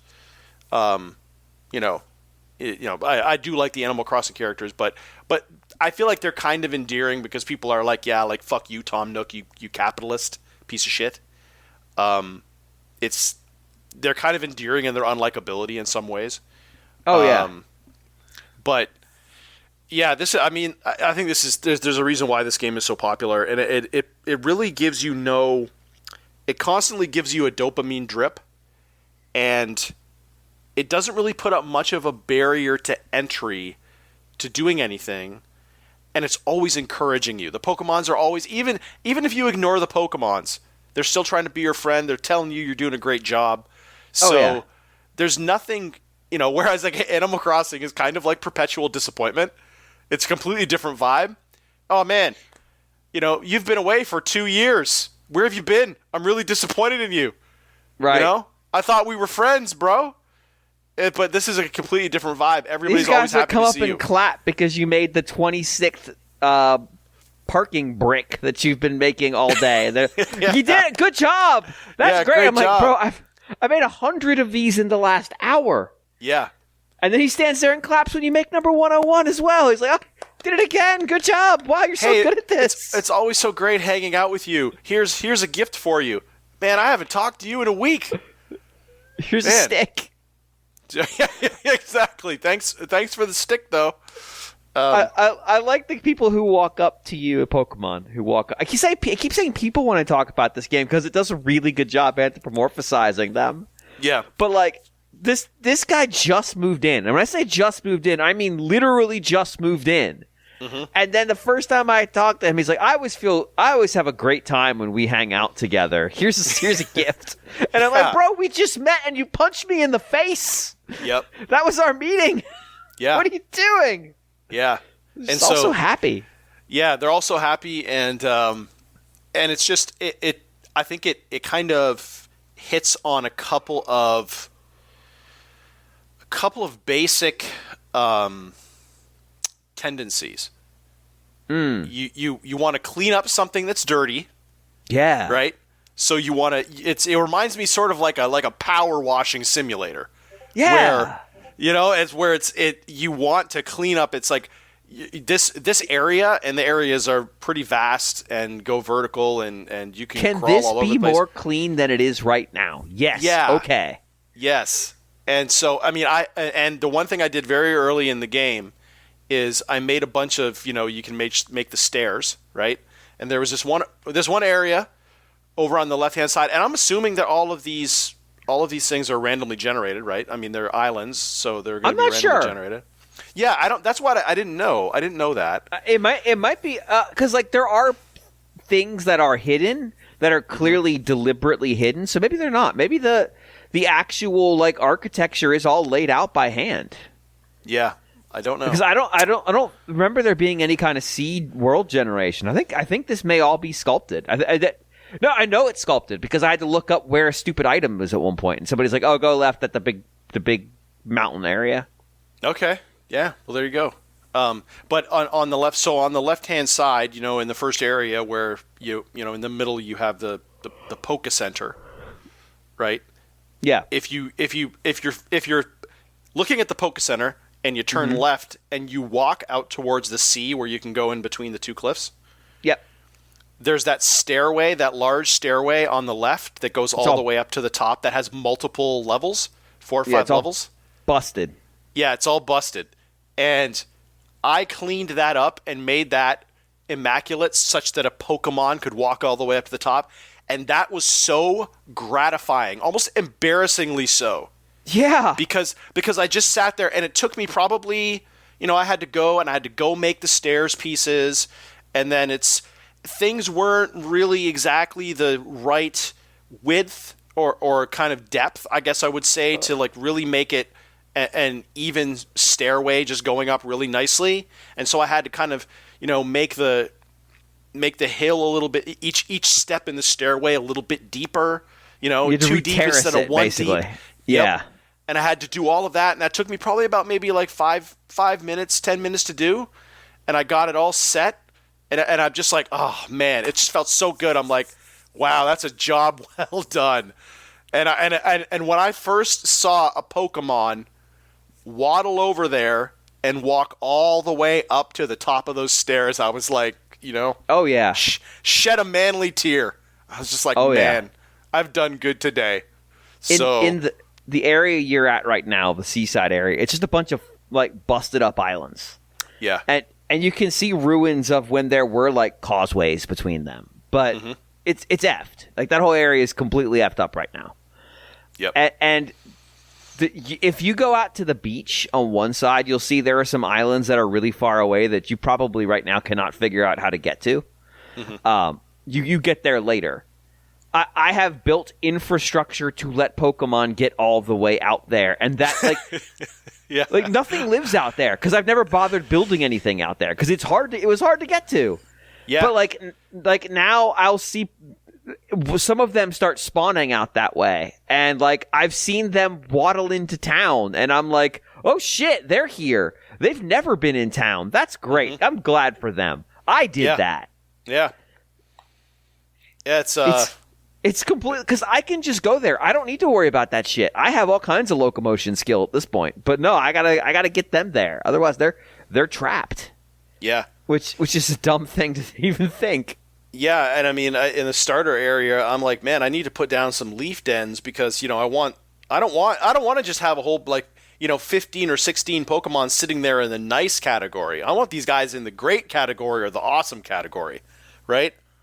You guys start building like leaf houses.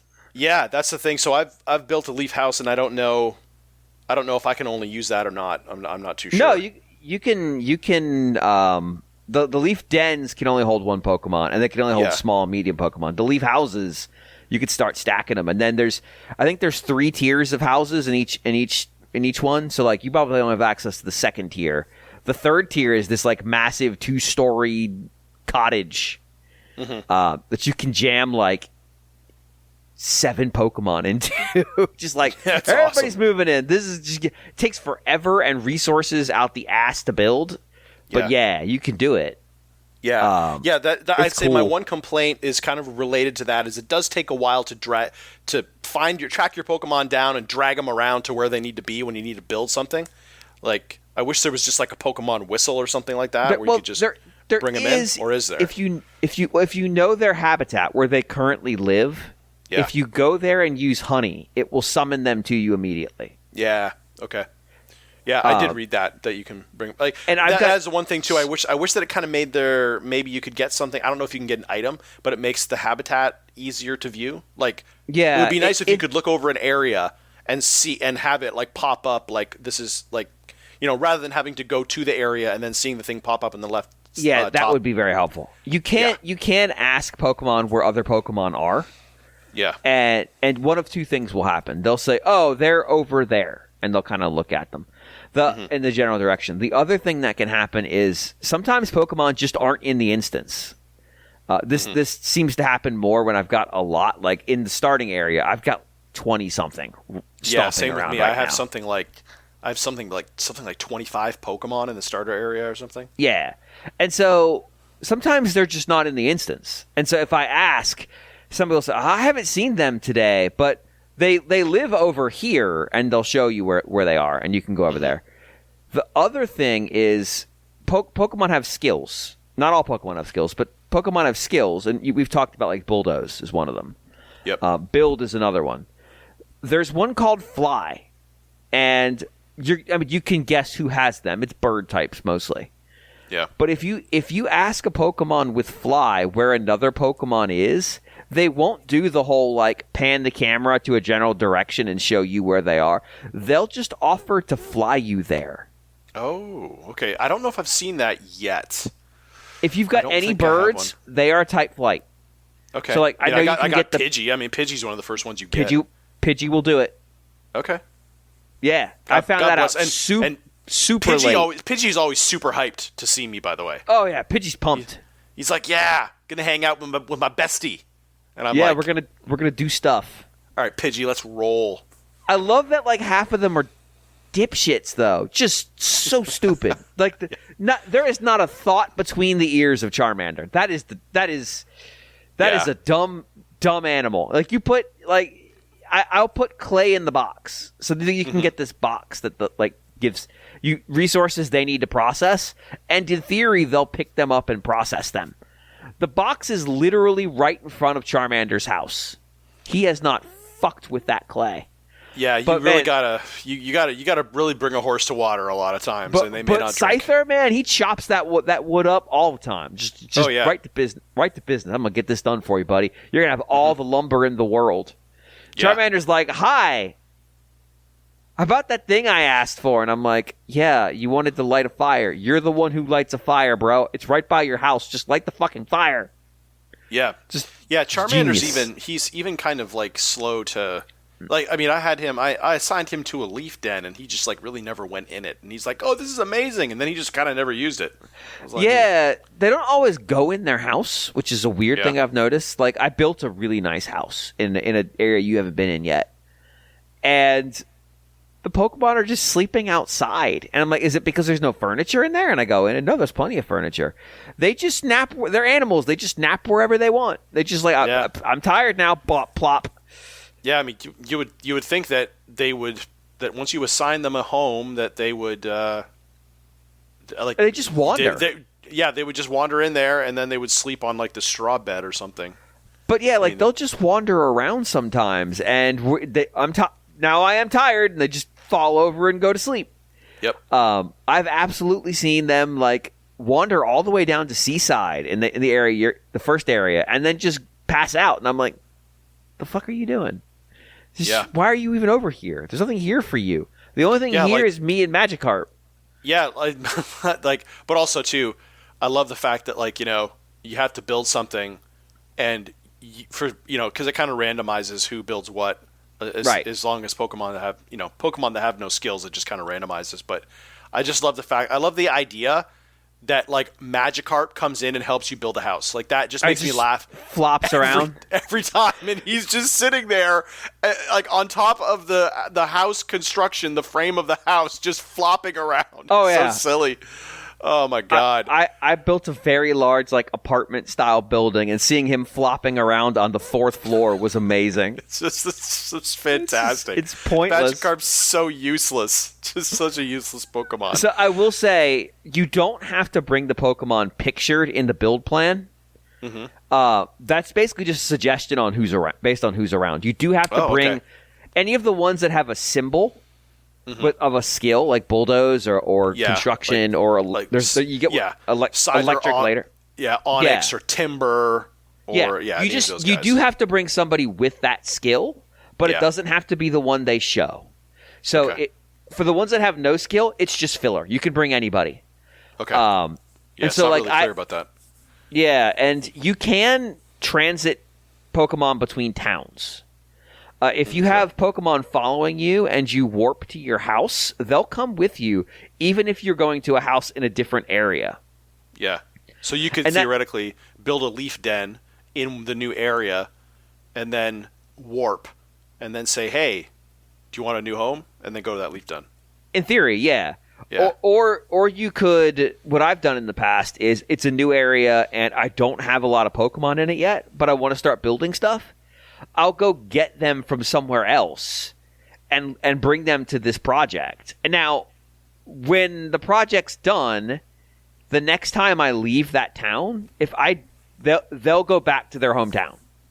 Mm-hmm. So they're not in it anymore. But they'll be there for the purposes of the construction. And that was really helpful when I needed a certain skill and nobody in town had it yet. So I went to a town where I knew 4 people had it and dragged them over there and said all right, you guys are going to build this thing.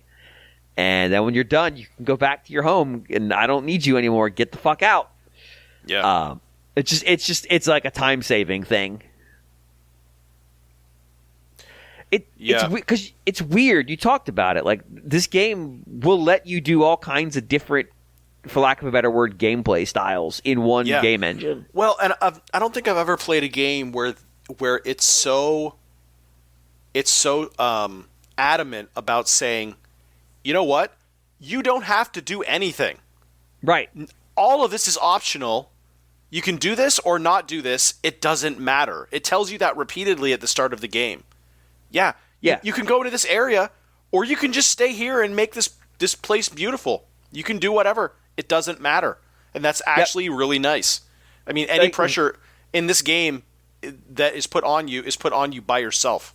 Right. Now, going to other places is how you get more things you can build. Yes. Like more recipes and stuff. And so that you will be, if you never leave the first area, you will have a very limited selection of items. Yep.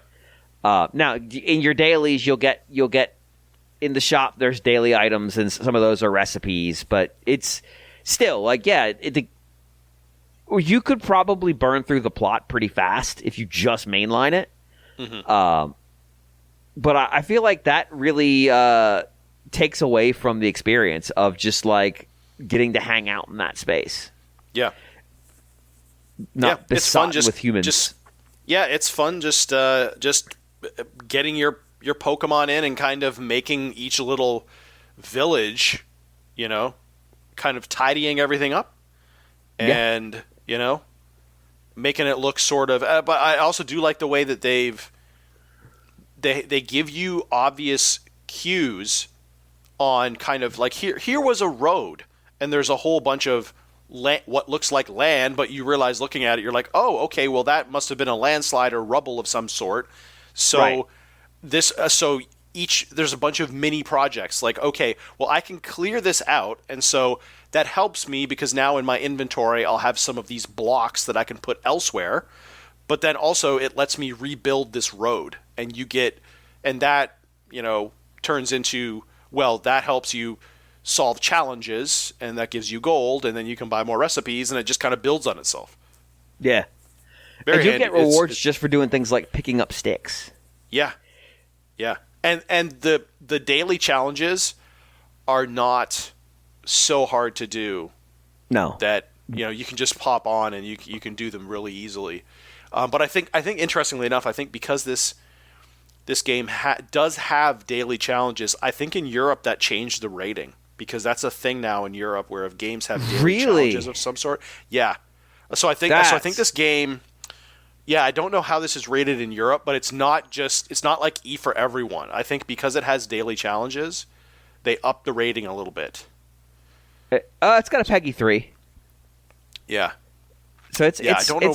I read that somewhere where where they're getting very particular about games that kind of encourage you to come back every day versus games that don't, in terms of children. And how they interact with the game. And it doesn't, like, the daily challenges don't give that much of a reward. It's like a total of 600 gold. I have challenges that are regularly 1,000 gold. Like, for me, it's more interesting to see what recipes, because the thing is, the stuff that shows up what's for sale often, what's on sale, the daily rotation is often what you need for new habitats. Yes. To build to attract new Pokemon. That's usually what that is.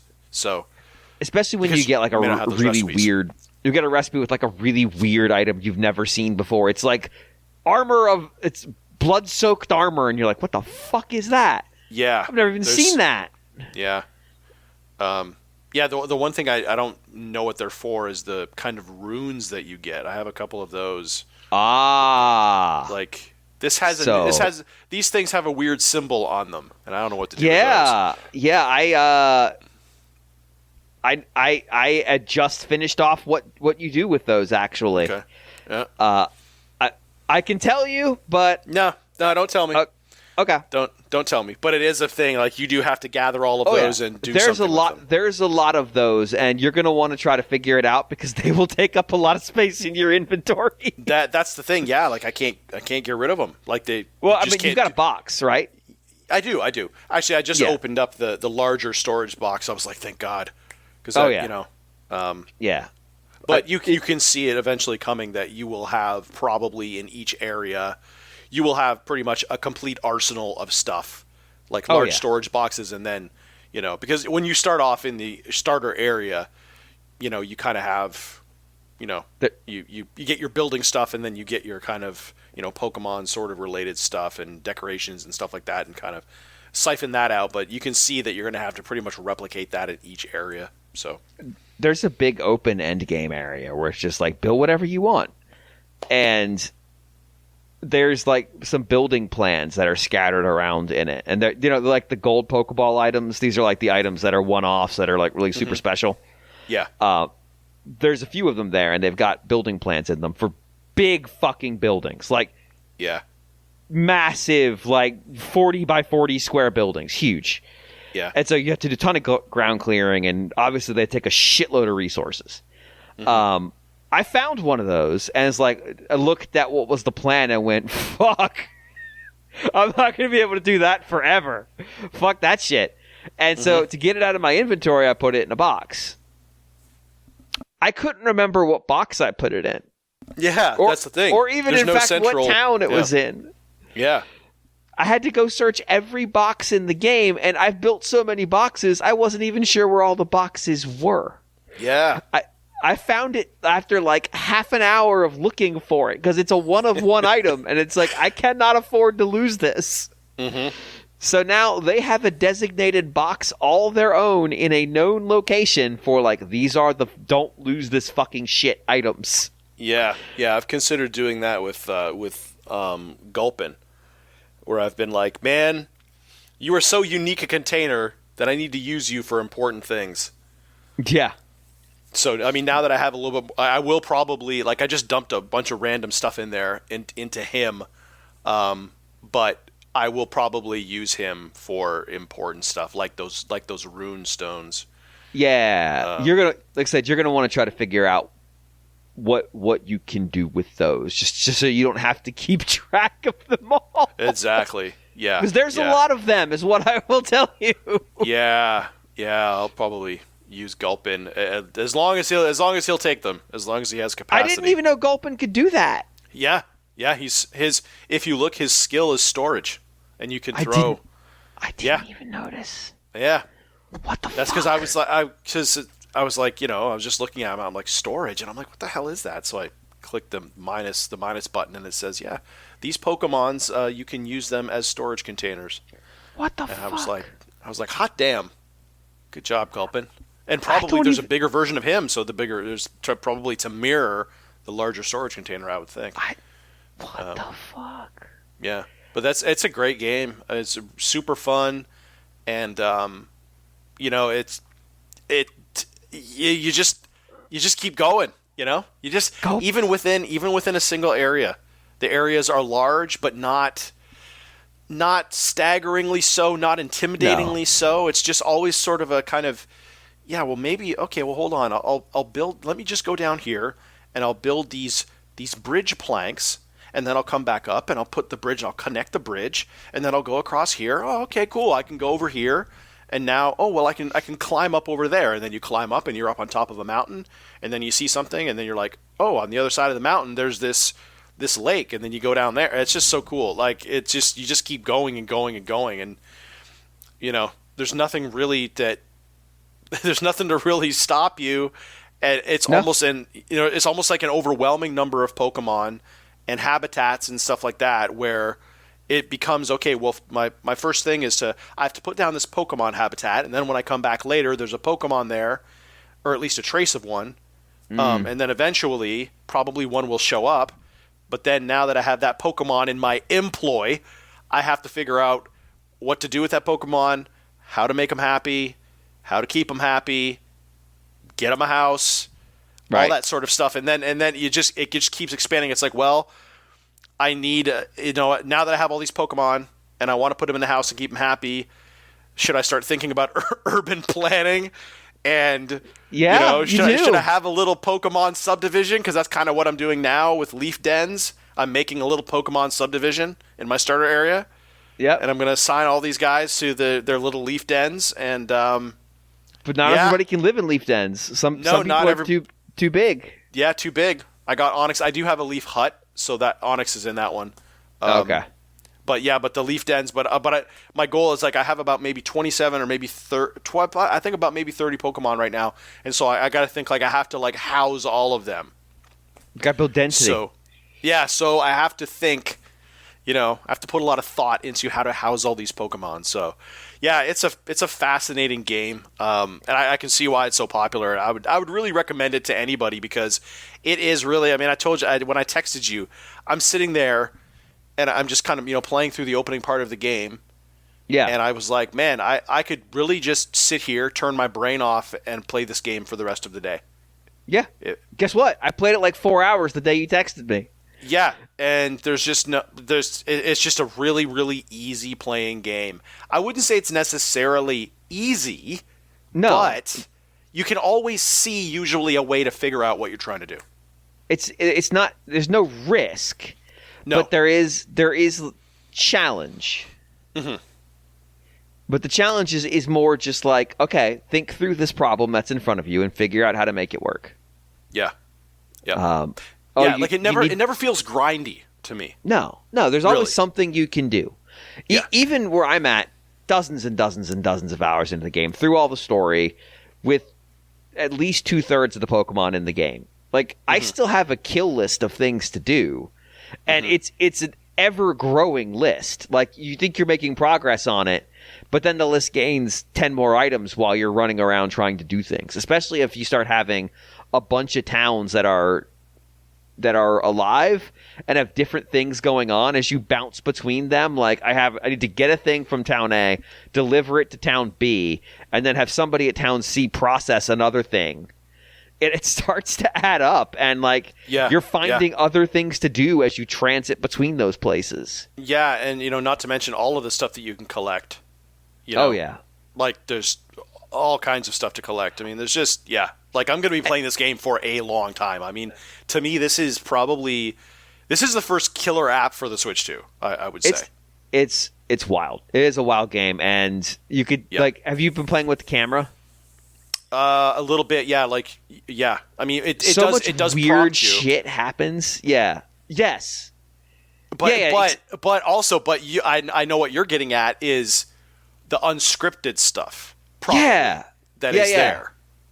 Where it's just like two Pokemon interacting, or somebody doing something weird. Yeah, but it also says, but I also noticed that it says, sort of like just take picture. Well, I mean, there's the 3D copy machine where you can take a picture of something and then copy it out of the picture, even if you don't own it. Like, what? Like, 3D prints the item. Yeah, I haven't even tried that yet, but that's crazy because you would go to these. I don't even really know how. Yeah, I don't even really know how you would use it, but so why would if you can see it? My thought is, if you can see it, why wouldn't you just pick it up and take it with you? So I found this out.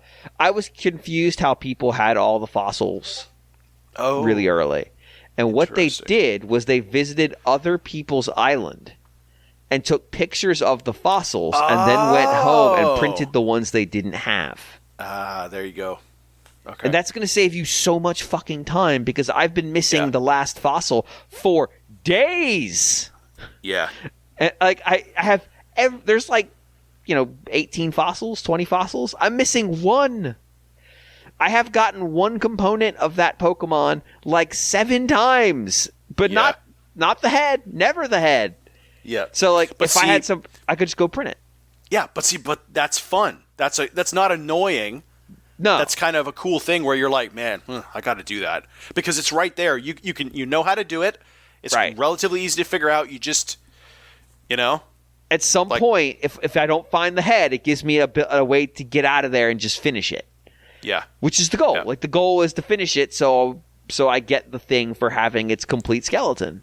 Now if you came to my world, would it just kind of would you just randomly maybe find that? I don't know that I'm allowed to dig in your world.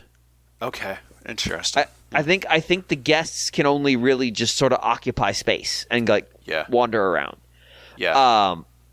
But if I had it, then you would be able to take a picture of it. Yeah. And then I go back to my place and print it, and bam, done. Yeah, now they're expensive. They're very expensive to print. I've only printed a couple items. There was an item I only had one of, but I needed them for multiple habitats, so I printed them. But yeah, it's cool. Like it's a nice feature for I need this one thing, and the game has made it really hard to find this one thing, and now I need a second one of this one thing. Mm-hmm. It's going to be less common of I don't have this at all, and I need one, but it could be that situation where then you can go to somebody else's town and get it. Yeah, but it's more likely to be I have one, I need more than one. Let me go make another one. Like I ended up needing a bicycle, which is an item that you can get in the game twice for 2 different habitats. And there's 2 ways you can handle it. You can build the first habitat that needs it, then exfil the Pokemon from that habitat and put them in a house. And then you can break their habitat down because they don't need their habitat anymore. Or you can just print another bike. I mean, eventually a bike would have come through in the shop anyway, I'm sure. But I just said, F it. I'm just going to make another one. Yeah. Yep. Yeah. Yeah, and there's just a lot of like cool stuff here, like even Pokemon that aren't like when you run into Kyogre the whale. Yes. Right at the start. It's like wow. Okay, that's really cool. And he just pops in and he says, "Yeah, hey dude, he's like, "Yeah, I can make it rain here if you want." Okay. I can make it wet. Yeah. Yeah. And he just pops in every so often to make it rain. Like, it's just show up. Be like, oh, hey, buddy. Hey, it's raining. Yeah. Cool. Later. Yeah, he's a good dude. And he never has anything to say. He's just like, boy, I used to love to make it rain. All right, later. And I'm like, all right. Cool, bro. Yeah. Yeah. Good talk. But, yeah. It's a very, very interesting game. So yeah, it is. And really, it's the first time where, I mean, stuff like Mario Kart World is cool, but, not really particularly new. It's a better iteration of something that already existed. But this is definitely, especially for someone who's never played Dragon Quest Builders or anything like that, this is like, you would not have, like, if you would have described this game to me, I would not have probably said that I would enjoy it as much as I am enjoying this. Yeah. Oh, I totally believe that. Like that was it. Ugh, that was me with Builders. Like I remember the trailers for it, and I'm like, that looks fine, whatever. It's like a weird Minecraft thing. But I played it because people, I think Seren was one of them, were like, no, this is really good. Like, this is really good. And then eventually I'm like, fine, fuck it, whatever. And I'm like, fuck, this is really good. Yeah. Yeah. It's entirely enjoyable. So I would highly recommend it to anyone. Switch 2 exclusive too, which is crazy to me, right? Well, I can see that this game would have probably buried the original Switch. Yeah, especially with the environments. Really, even though the environments aren't super high detail or anything, they are large, and they're large and they're sharp. They're very very sharp looking, and also, you might have upwards of 20 Pokemon just fucking around, doing stuff, and exactly all of that is a weight on the game or on the processor for the game. Yep. Especially when they're doing all kinds of dumb bullshit. Yeah, all kinds of like talking to each other and stuff. Yeah. Yeah. But I would say I would recommend this game to anyone that has a Switch 2. I did not think this game was in my wheelhouse at all, but it is firmly. The more you play it, you're like, oh boy. Oh boy, this is going to pull me in for a long time. I think you'll find the lane that makes you happiest, and you'll run it. Well, that's the thing. It's just but there's no. Yeah, that's the whole thing. That's probably the best thing about it is the fact that there is no real prescriptive way to play it. Right. You can just fuck around in the starter area if you want. The game doesn't care. Perfectly fine. What makes you happy, basically. Yeah. So. And very few games do that. Most games try to funnel you down a certain way to play, or there is some meta that this is the quote-unquote best way to play this game. Even Minecraft has a meta, which is crazy. Yeah, for sure. Every game does these days. I mean, the first thing I do with most games I play, I'm like, okay, what's the best build? And I go to an FAQ and just, here we go. So, but yeah, it's a really good game. Cool. Really good. All right. we're going to call it here. Emails. I need you to send them, even though we didn't get to them this week. Next week, we are going to do email. Why am I committing to that? Because I'm committing to it right now, so I have a chance to forget it by the time we get to the episode recording session. But next week, we are going to do email. I have 2 I really, really like. I have some others that I like, but I've got 2 that I really like. I want you to send emails, and I want you to be creative this week. This is your creativity week. I want you to think about what you can do. Think about giving us some opportunity for us to be evocative, to think up some fun ideas. Not just why is such and such the way it is? Give us a hypothetical. Give us a solve this scenario kind of stuff. Give us something interesting. And you could send those to rfn@nintendoworldreport.com. That's rfn@nintendoworldreport.com. I'm going to be working on guests for while Guillaume is out. Haven't really started with that yet. Should probably get on that. I've got a week, though, so whatever. We'll figure it out. But yeah, send them rfn@nintendoworldreport.com. And on that, Greg, do you have some music for us this week? I do, yeah. So this is our last episode of March, and it was in the back end of March 25 years ago that the Game Boy Advance made its debut in Japan. God. So it was it's March in Japan, June in America and Europe. It was nice that at least we were pretty synchronous with America, and it was one of those. It was the first portable that I'd owned, and it was kind of first thing I was kind of getting myself, and I was debating whether to maybe import it, but relatively, it's it's only 3 months, and there's no PAL fuckery to think about, right? The screen's built in. The key distinction, right, is that the handheld side didn't have that issue. And of course, it was a region-free console, so you could always import individual games, later on. So yeah, I just ended up getting the PAL system, essentially the localized launch in June.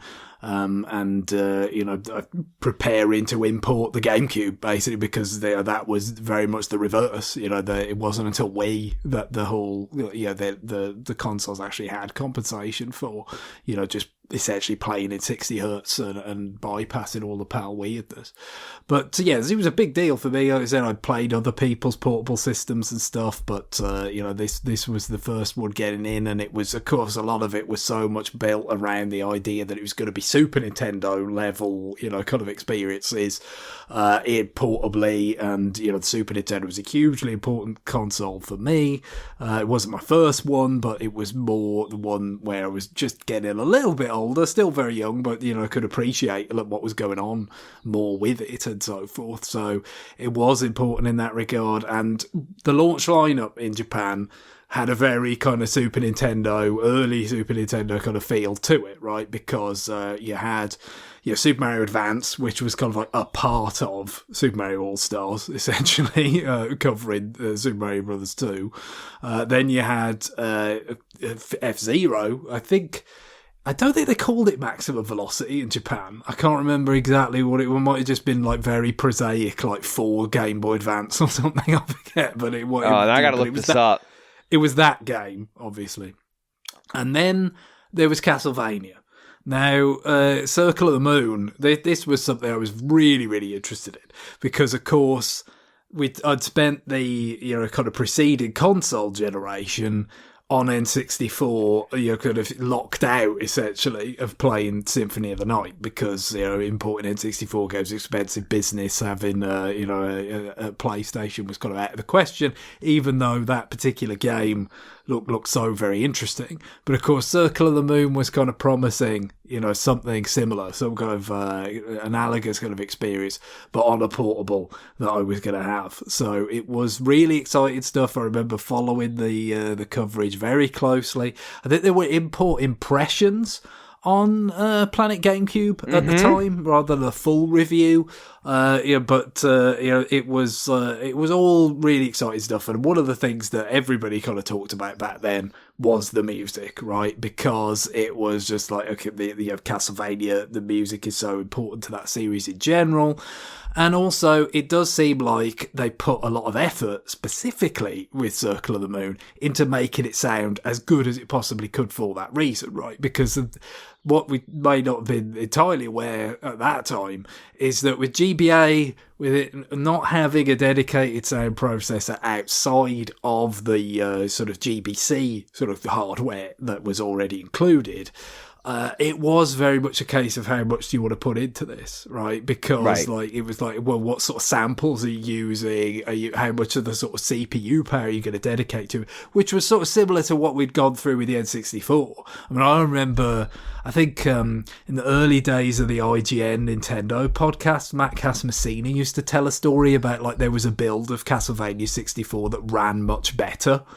And basically, you know, the difference between that and the retail game was they put more effort into the music in the retail game, and it just tanked the performance of the regular. God. Because the N64, it was you had to divert, you know, the CPU resources to make the music richer, basically. So it was not an entirely dissimilar sort of circumstance with the GBA. So, you know, later Castlevania games did not sound this good, basically, because with Circle of the Moon, I mean, when you look at it now, you know, on one of the collections, or, you know, just on a better screen than that original GBA screen, which of course was A, not that great, B, they obviously hadn't had access to real hardware long enough to account for the fact that that game in particular was way too dark.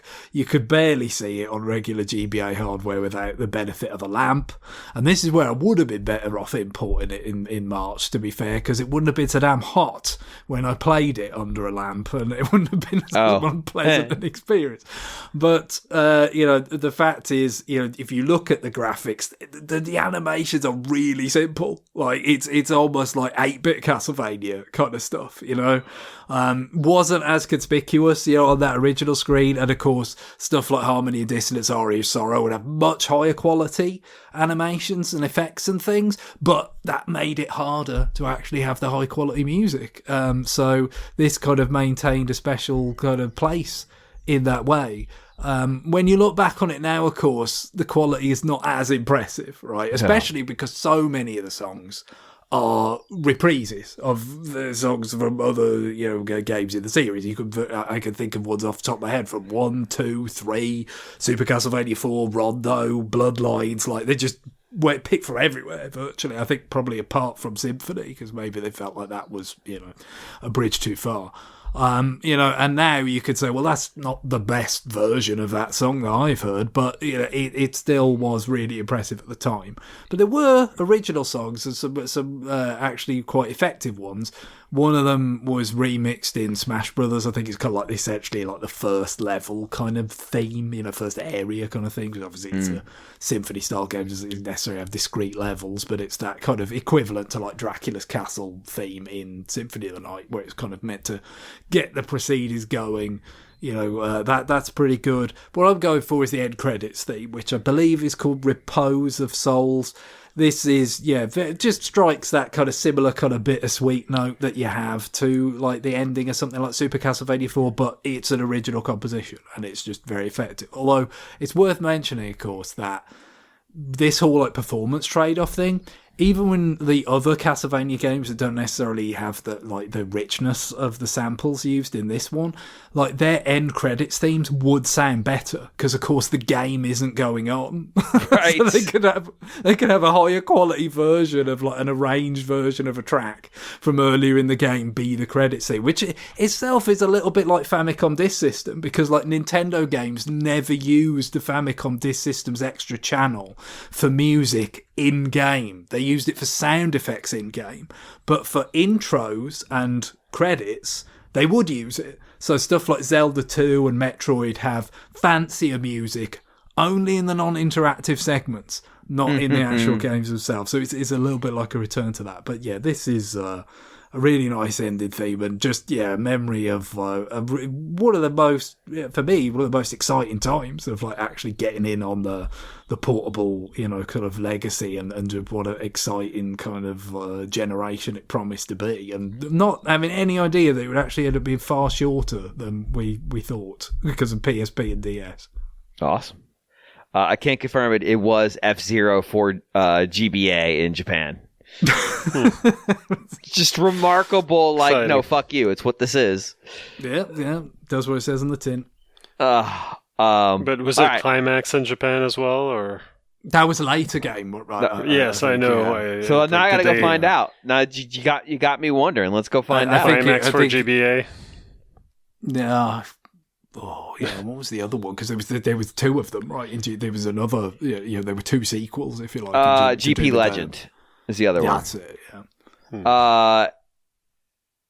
Kuraimaksu, yes. F-Zero Kuraimaksu, yes. I'm looking at it in Japanese going, are you fucking for real, brah? And then in Legend was F-Zero Falcon Legend or Falcon Densetsu. Or Farukon Densetsu. Stop it. All right. Guillaume, safe travels. We'll see you in a bit. Have fun. Yeah, thank you. I will. And on that, it's time for us to go. Bye, everybody. Later. Bye. Bye-bye.